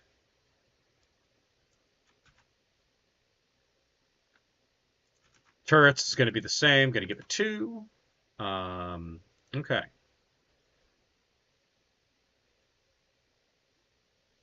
Or do we want to make these compression cannons that can also swap out? Huh.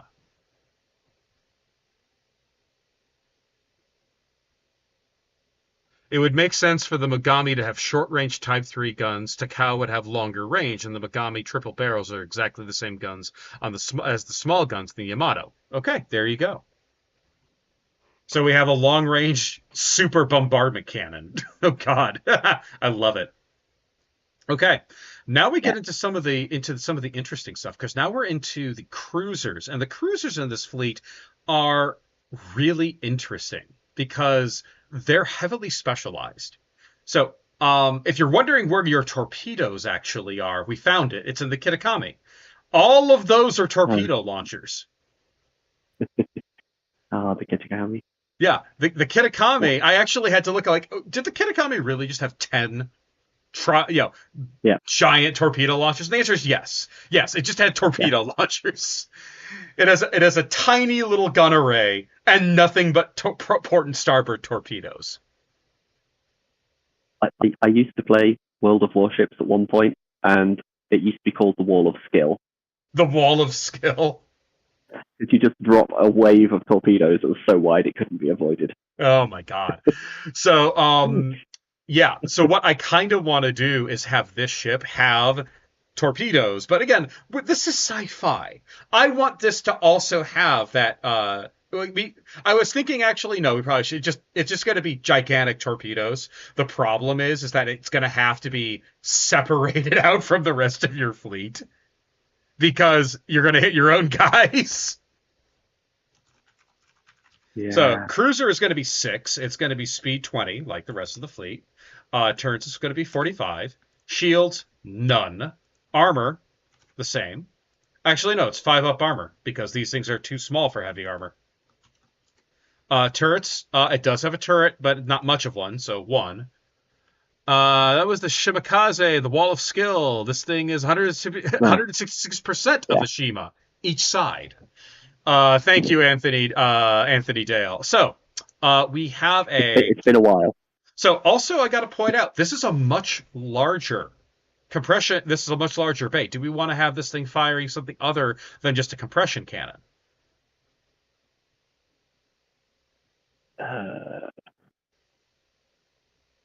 I mean, I'd say leave it as a compression cannon anyway, just because it's going to have so much other stuff on it anyway. Fair enough. I mean, even if we only give it 10 torpedoes per side, that's still 10 torpedoes per side. It's true. Okay. The funny thing is we haven't actually functioned dorsal port and starboard weapons until now because nothing has had port and starboard weapons. Okay. How are we going to handle this?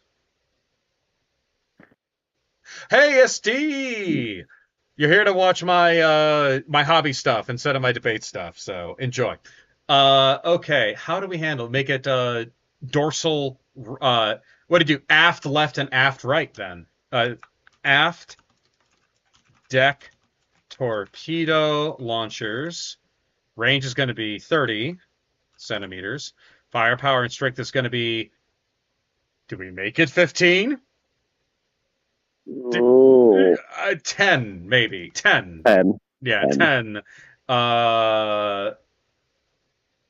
Cheers. Port. Left. Aft. Deck. Torpedo. Launchers. Starboard. That's still filthy. It reminds me of some of the dumb shit that I'm doing for Battlefleet Draupnir. SD, I'm doing great. I'm enjoying Father's Day by doing hobby stuff. I'm glad you could join us. The Kitakame is filthy. I'm just gonna say that now. Okay, we're done with the Kitakame, thank God. Are we? Okay, so let's go down. We're done with the Kitakame, and now we have, here we go, the Sendai. So the Sendai has gun. It has lots of gun. It has gun everywhere. Gun. It has just guns everywhere. And it has torpedoes. So the funny thing is, it looks like our cruisers are going to be the weirdest things to make. Cruiser 6. I don't know if we necessarily want to also give this thing a strength 4 torpedo left and right, unless you want to make it really weird. That's not that much gun. Okay. Turns 45. Shields 0. Armor 5+. Turrets 1. Actually, this one has a little more on the turret line. I'm going to give it 2. Armament. So let's see. We have prow compression cannons at strength is centimeters. Strength is 2. I'm probably going to be changing the range of most of these compression cannons down to 45. Yeah. Sorry. Arc is more than reasonable. Yeah. Let's see. We have 1, 2, 3. There's a 4th one over there. 5, 6, 7. There's 7 gun turrets on this thing. Prow type 3 shells. Strength on the front is 2. Oops. 15. 2. Left. Front. Left. Right. And we have deck. Aft. Type 3 shells. Range is 15. That's going to be 1, 2, 3, 4, 5. And aft, front, left, right. Okay. That's the Sendai. Now, we got that. We got the Takao. This is where things get interesting. This is the I-400. Now, the I-400 is an interesting submarine because most submarines are roughly destroyer sized. They're very, very small. The I-400 is a cruiser-sized submarine with the capacity to launch up to 3 torpedo bombers. It is considered to be the most... Yeah, I didn't even know this thing existed until recently. Do you see that kind of tube right here, right underneath the top tower? That holds 3 bombers. Okay. And that ridge along it is basically the ramp that they launch off of. I'm not kidding. Like a catapult or something? I think so. Either that or it's just a ridge to keep it on the deck, right? Because it's not much of a deck there. But yeah, when I learned about this thing, I'm like, you've got to be freaking kidding me. That's amazing. Because it has some gun on it, but really its power are its torpedoes, which it had a lot of, and the fact that it could surface and launch bombers. Yeah.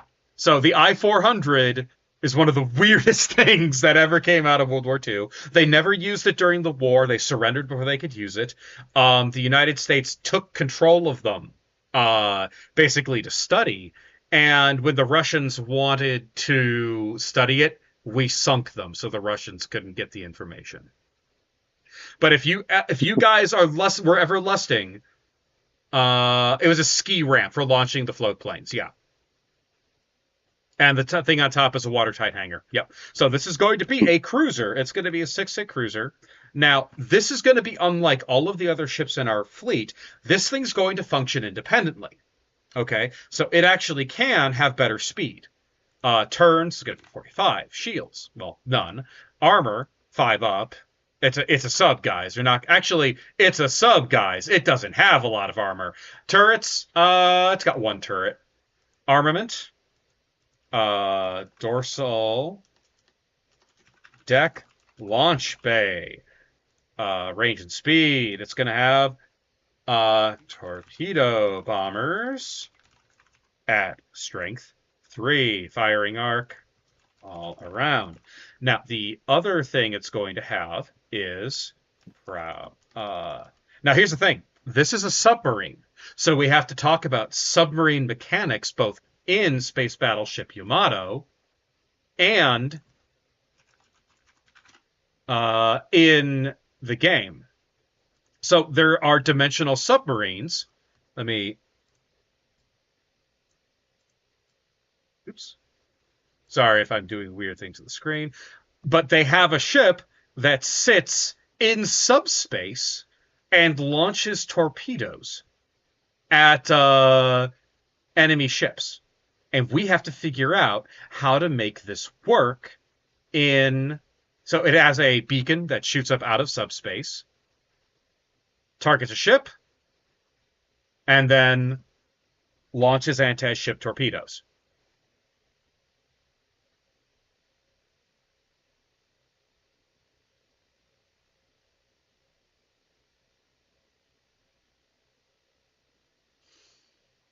So we need to figure out how to incorporate this into the rules of BFG.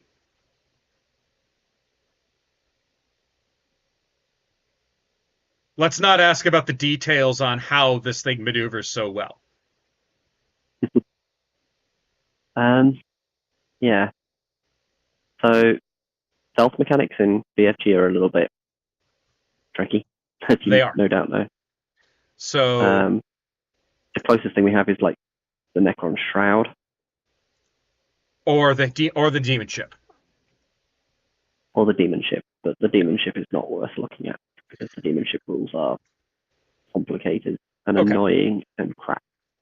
Yes, so this is what I was thinking. This is going to be a combination of. We're basically going to be playing a little bit with ordnance, a little bit with escort rules, and a little bit of mucking about.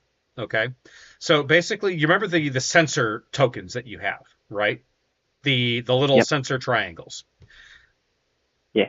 For escalating engagements. What you do during deployment is you deploy all 3 of them, and they count as maybe where the cruiser is. Basically, they're sensor blips.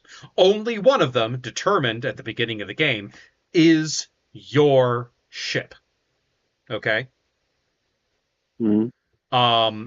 You may fire your torpedoes, because you're firing them out of subspace, from any one of those 3 blips. Now, the defending player can send an escort, any ship that gets within, say, 15 centimeters, can basically remove a blip. If it is a beacon, right, a fake, you remove the beacon and you can only now shoot out of those 2 blips, right? If they find the actual ship, you have to replace it. Your ship is now stuck in the reel. And then they can shoot at it. But until they identify where you are, they can't shoot you. But if you want to launch torpedo bombers, however, you have to surface. And then you'll be identified. Or something along those lines. My concern with something like that is that as soon as you launch torpedoes, you're identified. Because you have to put the torpedoes in a specific position. Fair, we could do that. Torpedoes. Yeah, but but it would be unintentional. Right. You have to put your torpedoes in a specific position, and based on that position, your opponent is always going to know, unless you have all of your tokens very close to each other, they're going to know which token is the correct one. Fair. Okay, so how many torpedoes should this thing launch? Because that's basically all the weapons it has. At least 6. Okay, I have it set to 6 now. Okay. Yeah.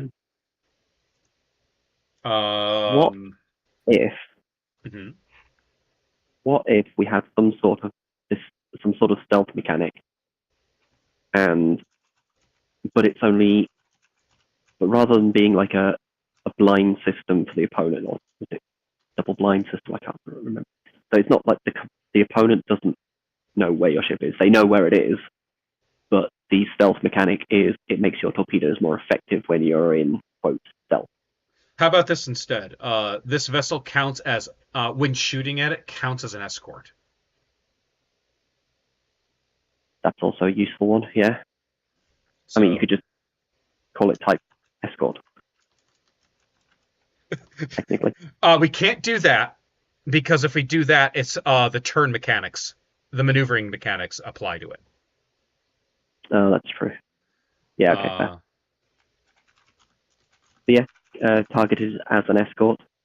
You can also do things like force people to make the targeting test to shoot at it as if it was not the closest target, or as if there were a closer target.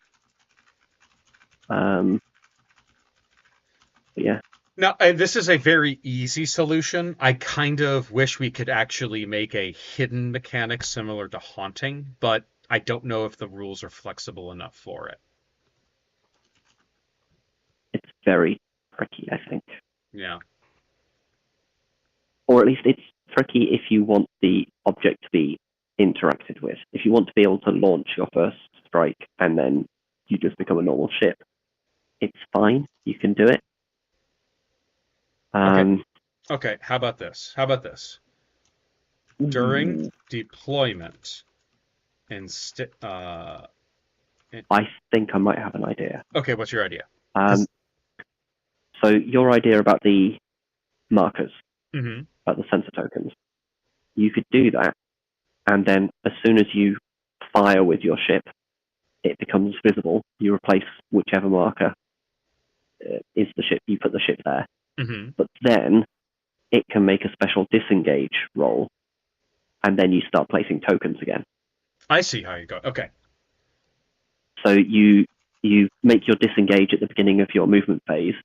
It gets replaced, and then you can then place 3 markers within your sort of arc of where you could move, and then your opponent doesn't know where you are again specifically if you're successful. Yeah. I would also say, though, that if you get within 15 centimeters of the ship, the vessel is revealed. Absolutely. I think that's a reasonable thing. You'd have to decide whether it's purely enemy ships that do that, or whether enemy ordnance also does the same. 3 But, sensor tokens. It means that when you make your stealth strike, you become vulnerable to return fire, but then hopefully in your next turn you can then and that's exactly how submarines disengage. Yeah, and that's exactly how submarines worked, which is they attacked, they're vulnerable. But remember, you're only getting one of these ships. There were only ever 2 made on the board, and So it's going to be 0 to 1 then. oh, yeah. Look at what this thing could do, dude! Hell yeah, you're getting 1. Even in the show, the submarine ship, there was only 1. Okay, as if they were a cruiser, taking care to follow all rules for movement and turning. One of these markers is designated as the ship by its owner and is kept a secret.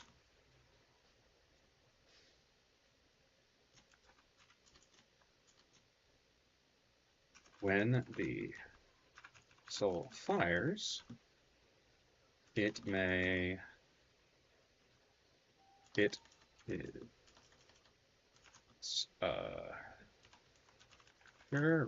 replaces the appropriate sensor token. Press O.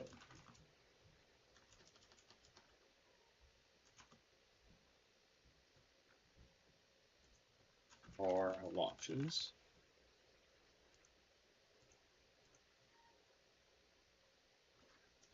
This is going to be a long description. Yeah, it's one of those sets of rules that's going to take half a page to a page to write out. Yep, that's some ships are like that.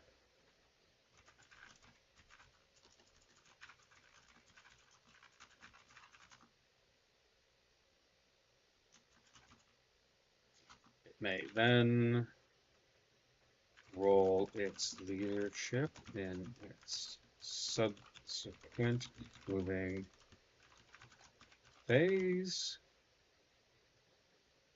to submerge again, and 3 tokens are placed and where it was and moved as normal cruisers.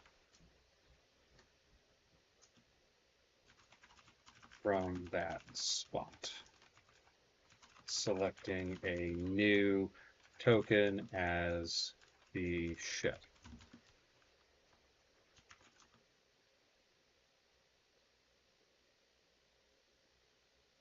A enemy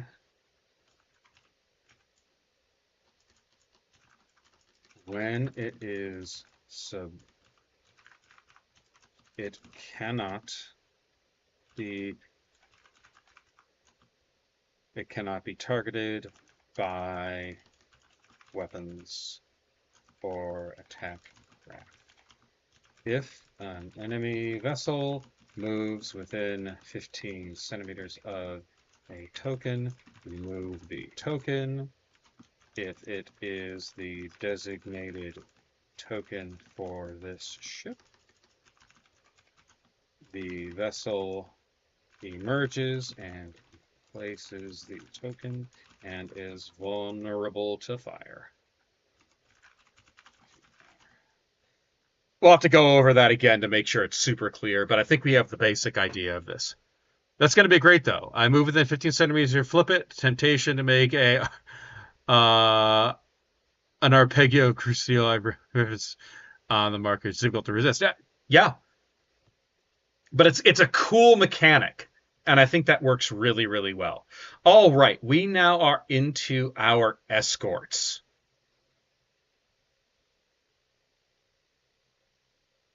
And we have two escorts here. We have a light and a heavy escort. So we have the Fubuki and we have the Yugomo. Obviously, the Fubuki is all about gun. And well, actually, hold on. And they have a similar firepower. It's just one of them has 2 torpedo launchers, and the other has 1 torpedo launcher. But if you look at the actual, making rules for these and making them distinct is going to be a little tricky. Because actually, do they have effectively the same firepower? Yeah, they kind of do, with the exception of 1 additional torpedo launcher. So, how do you want to handle this?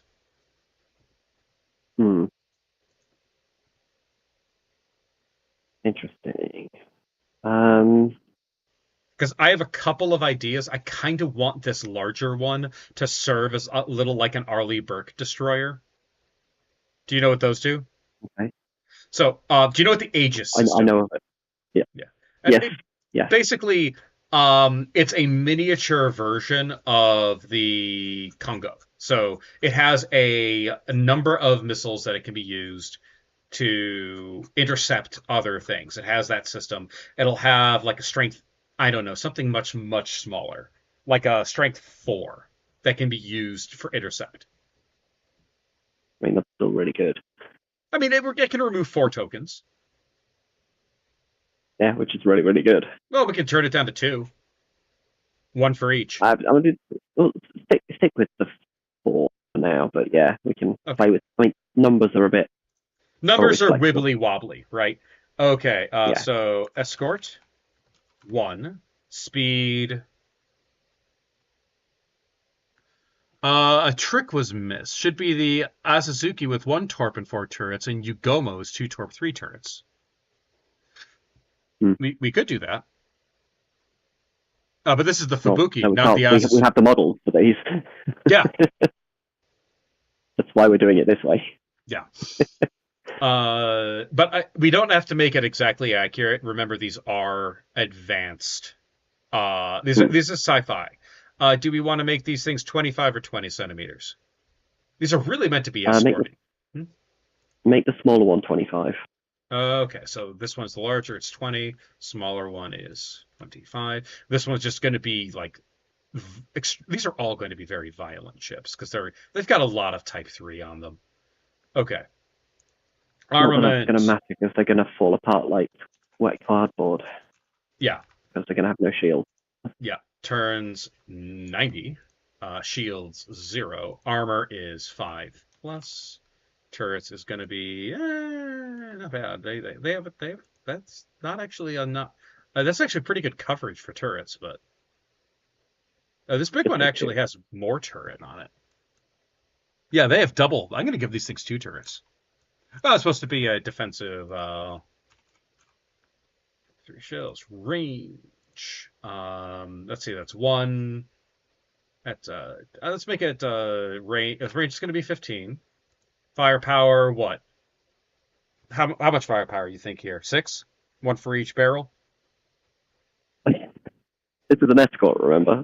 These are bombardment cannons. Yeah, but 15 centimeter range. Okay.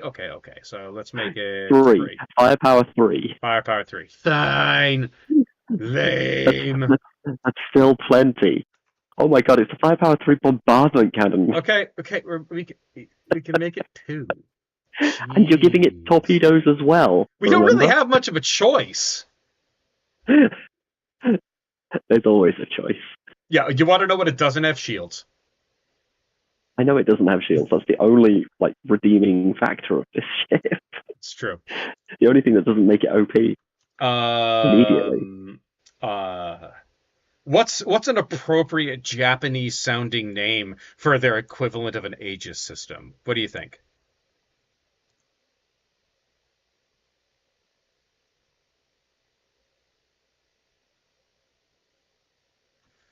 The main thing is these two ships only had guns. Oh, so they don't have torpedoes. I think And historically. yeah, and the Asazuki had a dual purpose gun. So they could be nasty little gun and turret as well. That's true. They could be.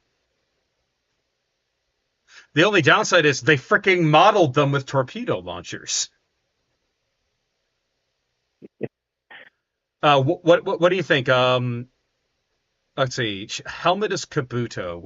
What's Japanese for shield?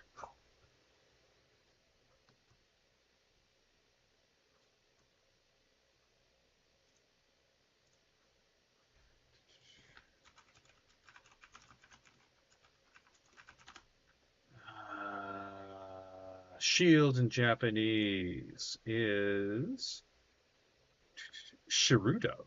Sure, let's call it that. No, that can't be right. That's it has to be a Japanese, an actual Japanese name for it. Because Shirudo is just it's the katakana.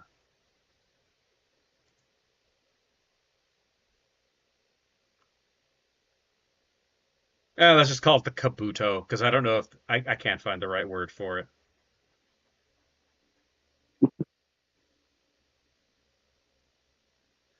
Oh, only had surfacer because they had torpedoes. Yeah, I just kind of wanted an Arleigh Burke, but maybe we should keep that stuff too. Maybe we should keep that stuff to it. But do we want to give this thing like a strength 2 torpedo and give the other one a strength 1 torpedo? Yeah, give this one torpedoes. I mean, it's got the things on the model, so yeah. But I think we said strength 3 on the Type 3 shells. Okay. There's 3 turrets. Okay. Torpedo strength 2. No, its range is 32. I'm gonna do this left and right because I don't think it wants to shoot them. I don't think it wants to shoot itself in the face. Hopefully not. Yep. Okay. And over here we have the smaller one. The Fubuki. 25 centimeters. Turn is 90. Shield 0. Armor 5 plus. Oop, that's 6 plus. 5 plus. Turrets is going to be 1. Armament type 3 shell. It will be strength 3. 15 centimeters of strength 3. It's going to be front, left, right. I mean, should it be all around? Yeah, it has to be all around. What? Because the guns all face basically all around. That's disgusting. I love it. I love it. Range speed is 30. Strength is 1. Left, right. That is a disgusting little ship. Okay, so that's the base stats that we have for all of the ships. Everything has a stat block that we can work with, and now we can start worrying about special rules. And we have to deal with the wave motion cannon. So here was my idea. We're going to pull some stuff out of 30K and old 40K. I say it functions like a Nova cannon, but we use the small blast template. And you have to reload before you fire, or lock on before you fire. Mm-hmm. Maybe both. Maybe reload and lock on, because it demonstrates it takes a lot to get this thing ready to shoot. And maybe, oh god. If you're going to go that route, in a lot of respects, it's just easy to make it a Nova cannon that you have to reload. But it's more powerful than a Nova cannon. That's the thing. I'm going based upon the lore. It demonstrates the ship. Yeah, I understand that, but requiring a whole extra template just for this. I mean, yes, you can do it, but I mean, it's not going to make that much difference. we're already considering a flame template. Oh God. We're already considering it. See, here's the thing. This is for fun, right? Yes, I know, but yes, it is. But realistically, it's going to be people who understand Battlefleet Gothic who are going to play it. It's easier to stick with relatively canon. Relatively options. canon. Okay. Relatively. We don't want to break the game too hard. Okay. Which is why we're using bombardment cannons, which is why we're right. Not going too far. We're not going too far afield. We're not going too insane today. Okay. 60 centimeter Armageddon. I mean, that's still really good. It is. The Armageddon's 90 centimeters, right? Yes. Yeah. So basically, if we're only firing on lock-on, if we're utilizing the Armageddon gun rules, there are a number of rules that we have to remember that we are stuck with. You have to reload, and then you have to lock on. So that's 2 dedicated moments of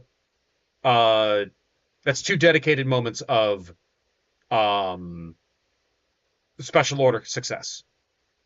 Okay? Yeah. I'm okay with this. This is going to be better than a Nova Cannon. And while it is technically inferior to the Armageddon gun, it's in the same ballpark, so it's kind of appropriate. And this also means you can use the Super Mega Death Shot. Mm-hmm. I think I'd rather not have lock-on included with it. I'm fine with it being forced to reload, but having it be lock-on means that it's functionally impossible to use. I don't think that's true. I don't think that's true. It basically is. It's a straight line in front. You can only turn in your turn, and then they can move and turn. That's fair. Unless they sit themselves in front of you, because when you lock on, you can only go straight forward. So unless they sit themselves directly in a straight line in front of you, or you're in a planetary gravity well. I got an idea. I got an idea how to make it really cool. Okay. This weapon follows the same rules as the Armageddon gun cannon, with the following exceptions. The range of the attack is only 60 centimeters.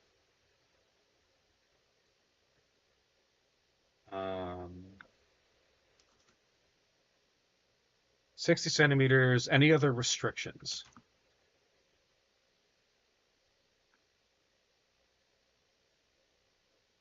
Can you think of anything else? Oh, and the Super Mega Death Shot may not be used. Okay. Now, Type 3 shells. Do we want to make all optional rules for Flame Template?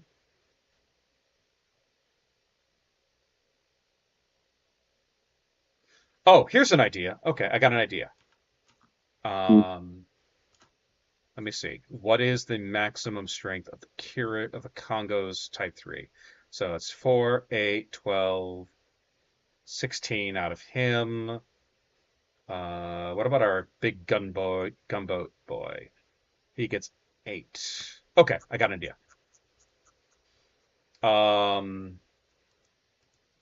If you're, I'm gonna remove. Hits on. If your total strength of attack is 8 or greater for a single ship, so you can't play the ordinate. It has to be out of a single ship. You may instead place a Nova Cannon template over an incoming wave up to 30 centimeters away and scatter 1d6. If the template touches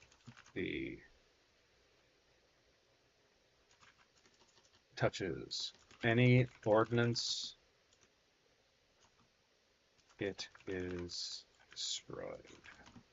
So that basically represents the firing the explosive cells. The shells explode and do horrible things to ordnance. But I mean, I thought that was the whole point of us using bombardment cannon rules.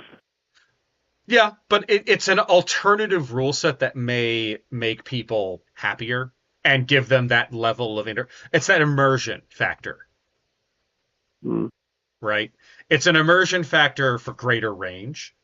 I can just make this optional too. Maybe. I feel it's a little bit overcomplicated, but there's nothing wrong with a little bit of crunch. Yeah.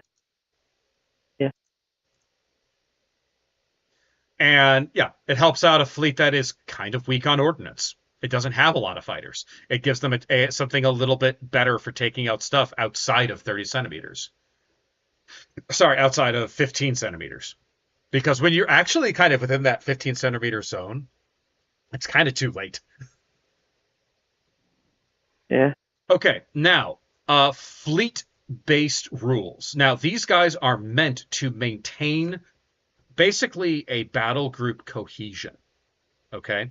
They are meant to be kept effectively in a squadron. So, how do we represent those rules in this fleet? Because you're supposed to have your big boy in the center, so the Yamato, the Kongo, or the carrier at the center, and then you have all of the rest of your ships surrounding it. How do we represent that in the rules to promote that sort of gameplay?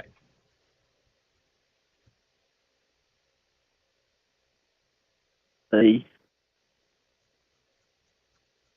terms of the fleet construction stuff, yeah. Yes. Yeah. I mean, to me, that suggests that you do a top-down construction rather than bottom-up, which is what we have in most Battlefleet Gothic fleets. Yes, I agree.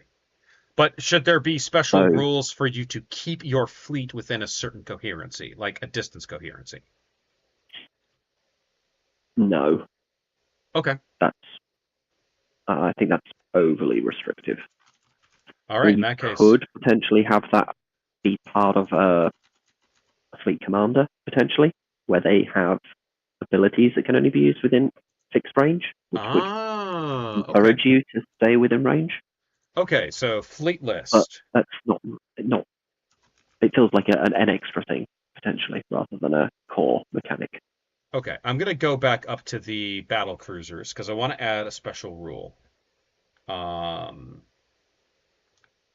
Let's see. Strike. Because these guys I want to be able to be taken as miniature flagships. So I want to call this Strike Group Commander. If taken as flagships,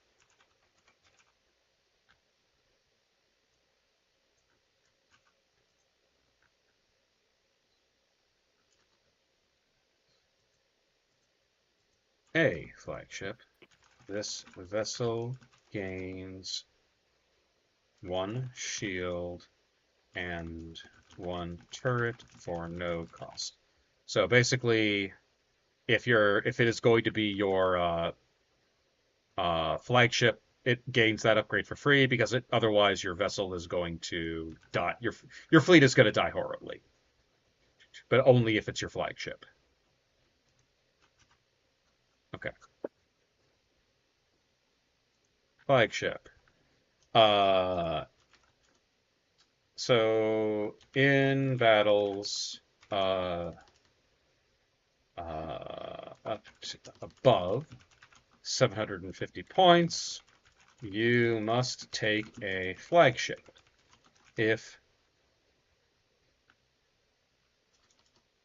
It can be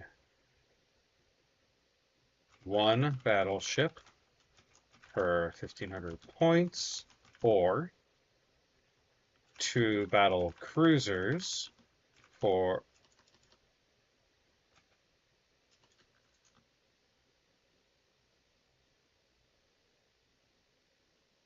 hold on. 1 battleship may be taken for 1,500 points if battle cruisers are selected as flagships. They gain 1 shield and 1 turret for no extra cost. So that'll be 01 Yamato. Not a lot outside Synapse of a capital ship, maybe. 01 Congo, 01 Shinano, 02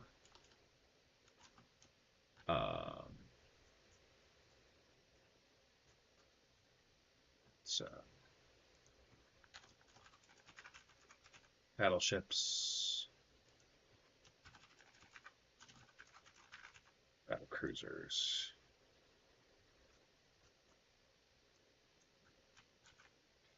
Sorry, I'm writing. We're building the fleet list. And it's the Takao and the Mogami.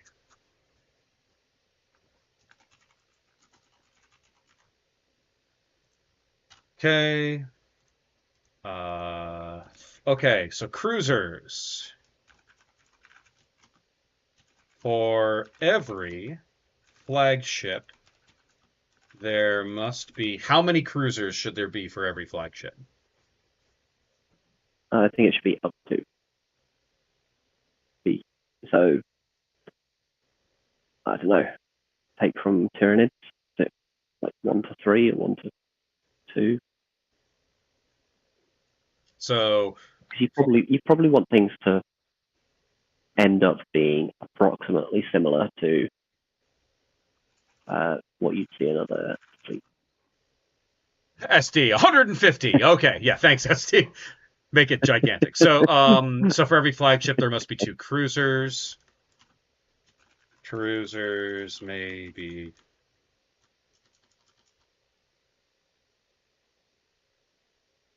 1 battle cruiser may be taken for every 2 cruisers. So there are 2. So. Oh, this is going to confuse the hell out of me when it starts becoming.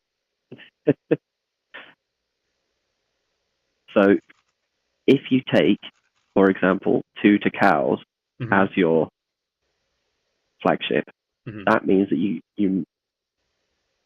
does that mean that you have to take 2 cruisers or 4 cruisers? Hold on, I can resolve this. These ships do not apply for fleet composition. Nice try.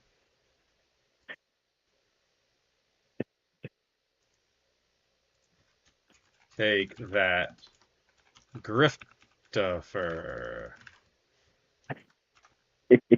Okay, so cruisers. We have what are the names? We have the Sendai and the Kitakami. So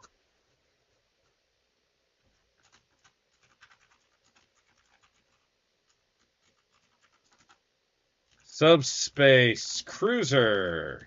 You may take no more than 1 subspace cruiser per 1,500 points. I just make it 0 to 1. Well, okay. There were 2 of them, but okay, make it 0 to 2. But it's 0 to 1 feels fairer. Yeah, I 400 01.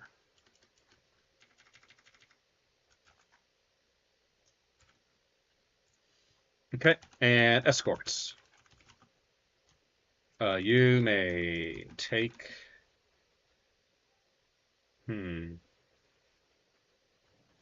SD, yes, this person is of the British, and I am aware that you, being of the Welsh, must go to him and scream at him in indecipherable language.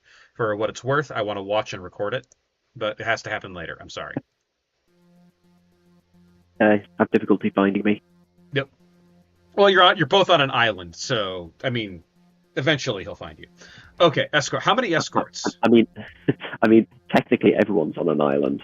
This is true. But we're not on the same island. Yeah. So okay. So escorts. How many escorts? Unlimited. 6. A maximum of 6 per something. I was gonna say per flagship, but you can only 6. get like 1 flagship. So up to 6 escorts. Actually, that kind of makes sense per flagship. 6 to 12, maybe. I think that's how they do it in the Tyranids one. These escorts are going to have to be cheap as chips. You may need to inflate the squadron sizes. I mean, yeah.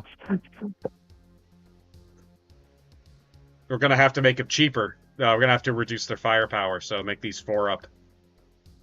They're fragile. Give them 4 up armor. Yep. They just fall apart. You may take any number of escorts. And that will give you the Yugomo and the Fubuki.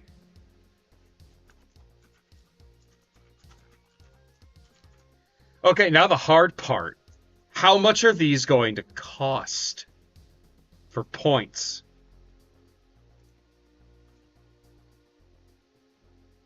Yes. Okay, well, we've... let me see. Oh, we also have to worry about command. Oh, we have to go back and do command. Command. We have to do command. Hold on. We have to do command. Yes. Yeah. But yeah. Command. You may take 1 anime pro tag. So you must take 1 anime pro tag per in fleets of. So, what's it, 750 or, whoops, or more. 1 enemy pro taking fleets of 750 or more. He must be placed on a flagship. Anime pro tag. What do you say? Leadership 10, 9? +1, +2. +2. LD. He may have spiky hair that gives him a re-roll. He comes with the. I'd say he comes with a re-roll. Yeah. Comes with 1 re-roll. It gives him a second re-roll for 25 points. Okay. So that's command. Points. Okay, so we're looking. Let's have a look at. I'm going to keep the Yamato with its 60 centimeter positrons. I don't think there's any problem with that. So we're talking about a total maximum broadside positron of 9 at 60. So it's pretty beefy. I'm saying 450 points. Yeah, that's probably a good idea.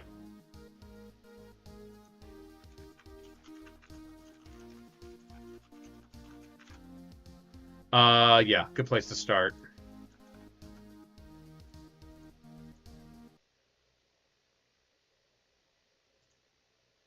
Yeah. I mean, you don't have quite as many shields. Yep. Points 450. But you do have a lot of armor. Yep. You have good armor, decent shielding, good firepower. Yeah, it's a good all-around ship. We're going to have to find some good special... It's not good firepower, it's insane firepower. Right. Flagship. This is... Oh, it's insane firepower if you're in the broadside. Yeah. the legendary battleship Yamato, and as such is an inspiration to the fleet. Its presence makes the fleet more dedicated.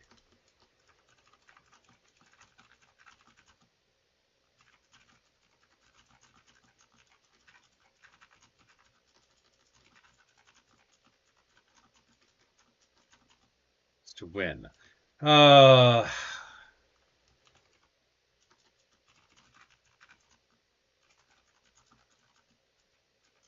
15 centimeters of this the ship gain +1 LD for all leadership and command checks.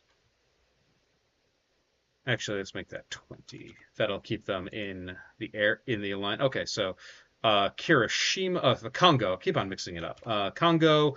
Let's make it significantly. It's still potent, but it doesn't quite have the broad spectrum of weapons. It's easier to kill. Let's make this 375. It already has interceptor missile rule. Okay. Space carrier Shinano. This is actually going to be pretty cheap if you look at it. This is going to be like what, 350, 325? I don't know. It depends on how you rate the wave cannon versus like 16 firepower guns. Yeah, I mean the way that I see it, 5-up armor all around, so it's weaker than the other battleships. It doesn't have the armor scanting. It has a better leadership value. Does have 12 hits. Does have launch capacity 10, so it ain't cheap. I'd put it at Emperor cost probably. What? Emperor's 365? 360? 365, 360-ish, yeah. 355. You do have more launch capacity, slightly. Yeah. And you do have the wave motion cannon. Yeah, you're not unarmed, but you aren't. Yeah.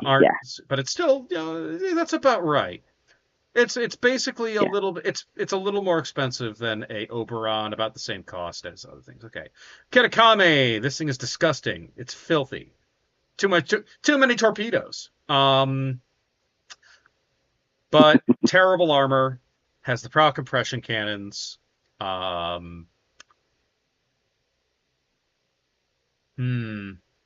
Heavily reliant on reload. It's a tough one to. It's a tough one to point out. I would say 180.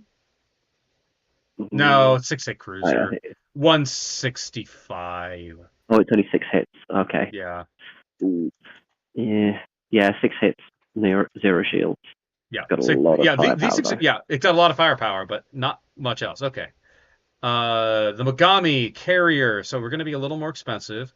It is an absolute monster close range. It has prow compression cannons. They're only strength 6. It has launch capacity. I would say, again, 0 shields. 200. Yeah, that's probably fair.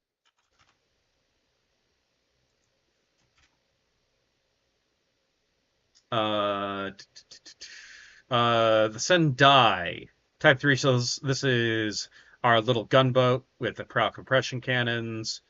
Very simple ship. I give this like it's like only one.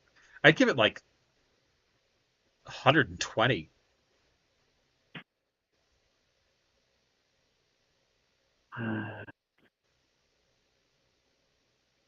There's just not much here.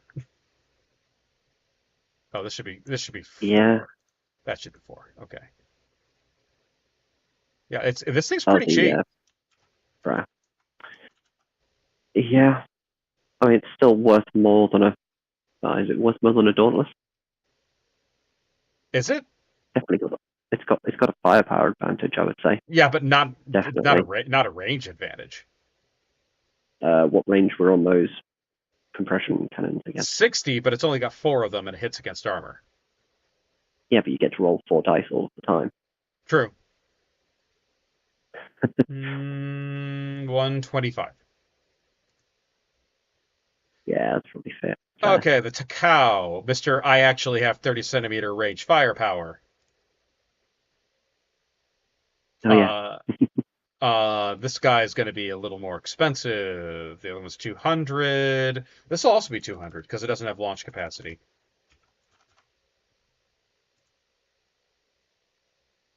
Okay, the I-400 bullshit.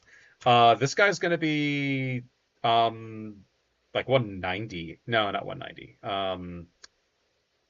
It's like 180. Yeah. To start with, yeah.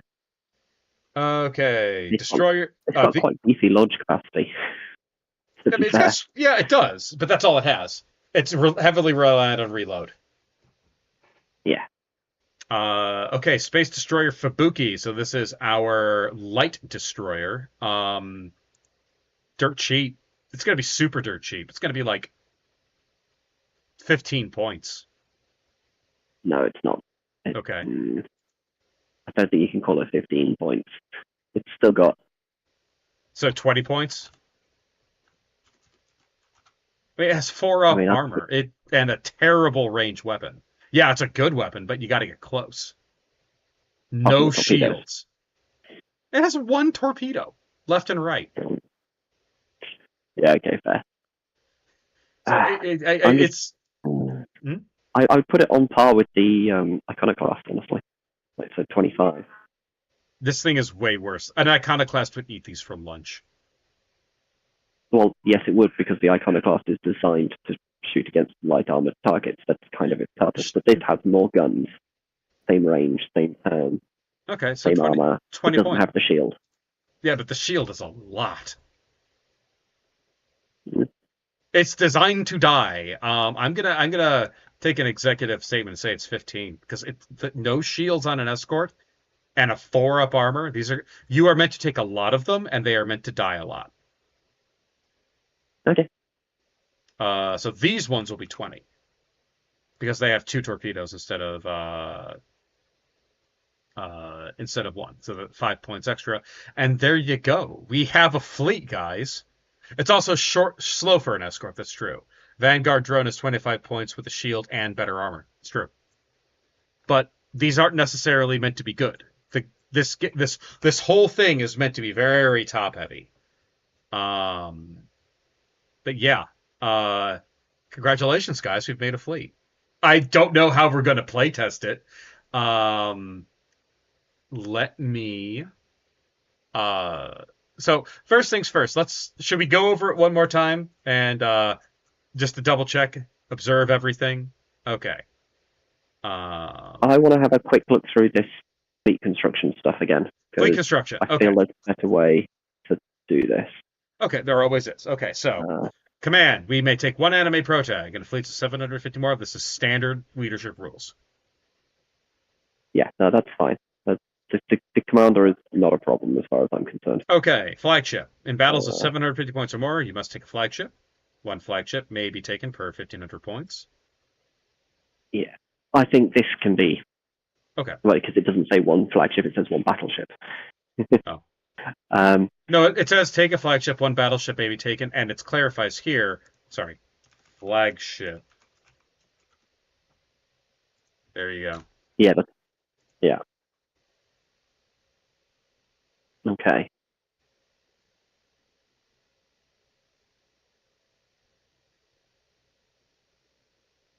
Yeah.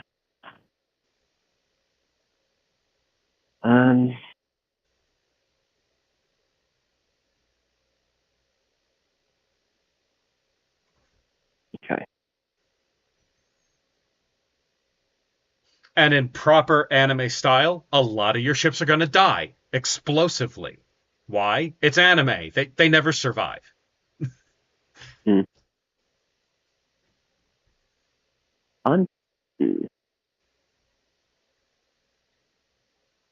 Oh, I forgot something on our little escorts. They have compression Oh, cannons. I have to add that. oh God, more guns. Yep. I'm only going to give them two. I mean, But that's plenty. yeah, I'm going to make it only 45. I mean, what do you mean only 45? Make them 30. Okay, fine. Think about it. Remember that these are two guaranteed shots. Yes, they hit on armor, but there's two shots every time. Yeah, that's true. And 45 is crazy good for an escort. Okay, fine. Also, I think on the Fubuki you got the speed, the range, and the firepower. Yes, it did. It has firepower 30, of course. Okay, so they have their prop compression cannons. Okay. Uh, yeah, this I mean, feels you like can firepower 30 with 2 centimeter range. nothing wrong with that. I'm gonna say approaching this fleet head on seems like a terrible idea, but this fleet can easily get flanked, and if it gets flanked, it's a very bad day. Yeah, except that its flanks are its strongest side. Well, okay, so taking this in consideration, say you have this battle group, right? It's moving down the board, right? It's um it only can fire for effect out one side. Yeah, it has good armor, but remember that most fleets have lances. That armor and most of Yeah, these ships, especially their big ones, don't have shields. So these ships are going to die pretty quickly. yeah, that's true. The Oh, only, it'll be the only, interesting to see how they go. yep, and yeah, explosively, it'll be great. We need to make a critical hit table. Okay, Oh God. so yep, we can make this funny, and I intend on making it funny. So twos are always an interesting one because usually it's something off the wall, like in the Tyranid one, they lose Synapse for Eldar. It also gets pretty wacky. So for two, I'm going to say spiky hair damaged. The protagonist has suffered a severe injury and cannot use his re-rolls until repaired. No, no, no, no, no, Hmm? no, no, no. For Well, number two, it should be. This isn't even my final form. He gets oh, +1 reroll. on a critical hit? Okay. Even my final form. Or maybe make that 12. Okay, it has to be in that Never, case never a comes up. minor injury, but has his power level rise by 9,000 and gains an extra re-roll as a result. Okay, 3. This will start with the normal weapons. Prow armament damaged. 4. Deck armament damaged. 5. Aft armament damaged. 6. Wave motion overload. Wave motion. Cannon on the vessel has suffered severe damage. It's 1 damage. And cannot be fired until repaired. 7. Suddenly Saiyans. The ship somehow manifests angry Saiyans on the ship and suffers 1 damage per round until repaired. 8.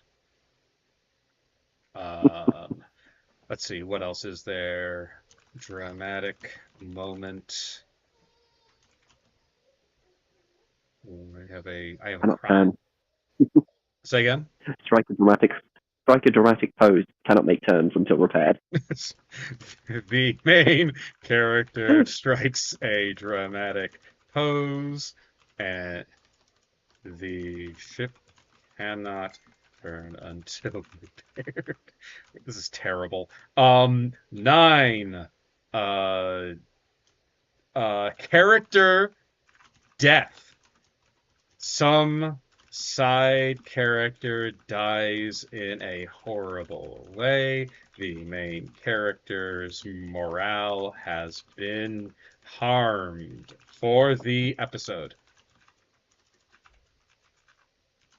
-3 LD cannot be repaired without major It just can't be repaired. retconning. 10. If the ship does not have a wave motion cannon, this has no effect.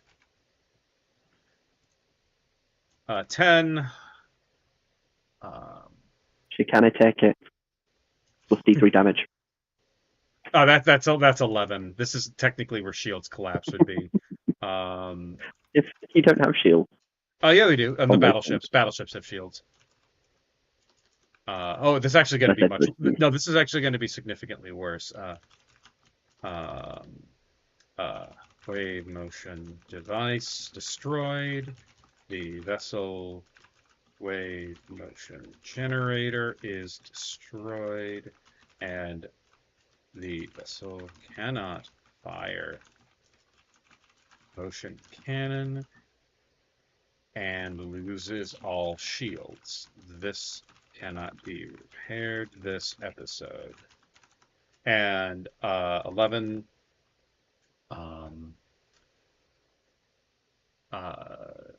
A sudden turn of narrative fate. Take D3 additional damage. And sad ending. Take D6. Actually, better yet, no. Commit Sudoku. Take D6 additional damage. There we go. We are terrible people. It's sad because most of the people left already watching this. I hope you all enjoy it. This is awful. All right, everybody. The bad route, yeah. Okay, everybody. This was a huge amount of fun. Did you want to look at anything else before I go through? I consign this to the fans and let them have fun with it. I don't think so. Oh, all right, everybody. I think this was a lot of fun. I had an absolute blast. It didn't actually take as much time as I thought it would. I am going to be posting the link to this in the Discord server, if any of you are insane enough to come and play with it. I'm still trying to get Lee Coco to make versions of both the Shinano and the Type 100 in this style. Again, you can find the actual minis. What's the cost of the Pro Tag? The Pro Tag is... that's a good point. Anime Pro Tag. What's the cost? Free? Oh, yeah, it's free. Anime Pro Tag is free. You always have your Anime Pro Tag. At 750 points. 750 points or more. Yeah. Anthony Dale, I expect you to playtest this and tell me how stupid this goes. Oh, also, this is important. I almost forgot. Very important rules for the compression cannon and the positron cannon. They count as lances, so hollow fields apply.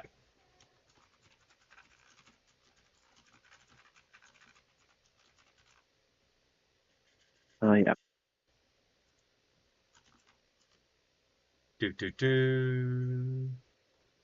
5+ hollow fields apply to these attacks. Type 3 shells. Ignores Hollowfields. Uses gunnery table. There we go. All right. So Wait, thank you. ignores Hollowfield. Yeah. Oh, yeah. I Not think that's really. I hope. well. Sorry. This is Count gunnery table. You get the column shift. So uses Hollowfield, the hopefully. gunnery table like weapons batteries. Yeah. But yeah, there we go. So that is it, everybody. That is the UNSC United Nations Cosmo Fleet for Japan, the Space Battleship Yamato fleet. You can find the links to buying the actual models down in the description.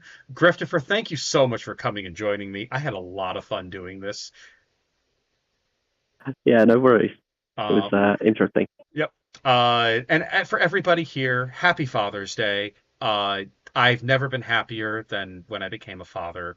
My wife was very kind in, letting me become one and dealing with all the drama involved.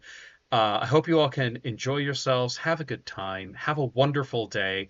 And if you're a father out there, you're the best thing on earth. Thanks so much, guys. That we thank all of our fathers. Griftifer, you're a father. I'm sure one day your children will thank you too when you give them ice cream. We'll see about that. Yeah. All right, everybody. Thank you all so much.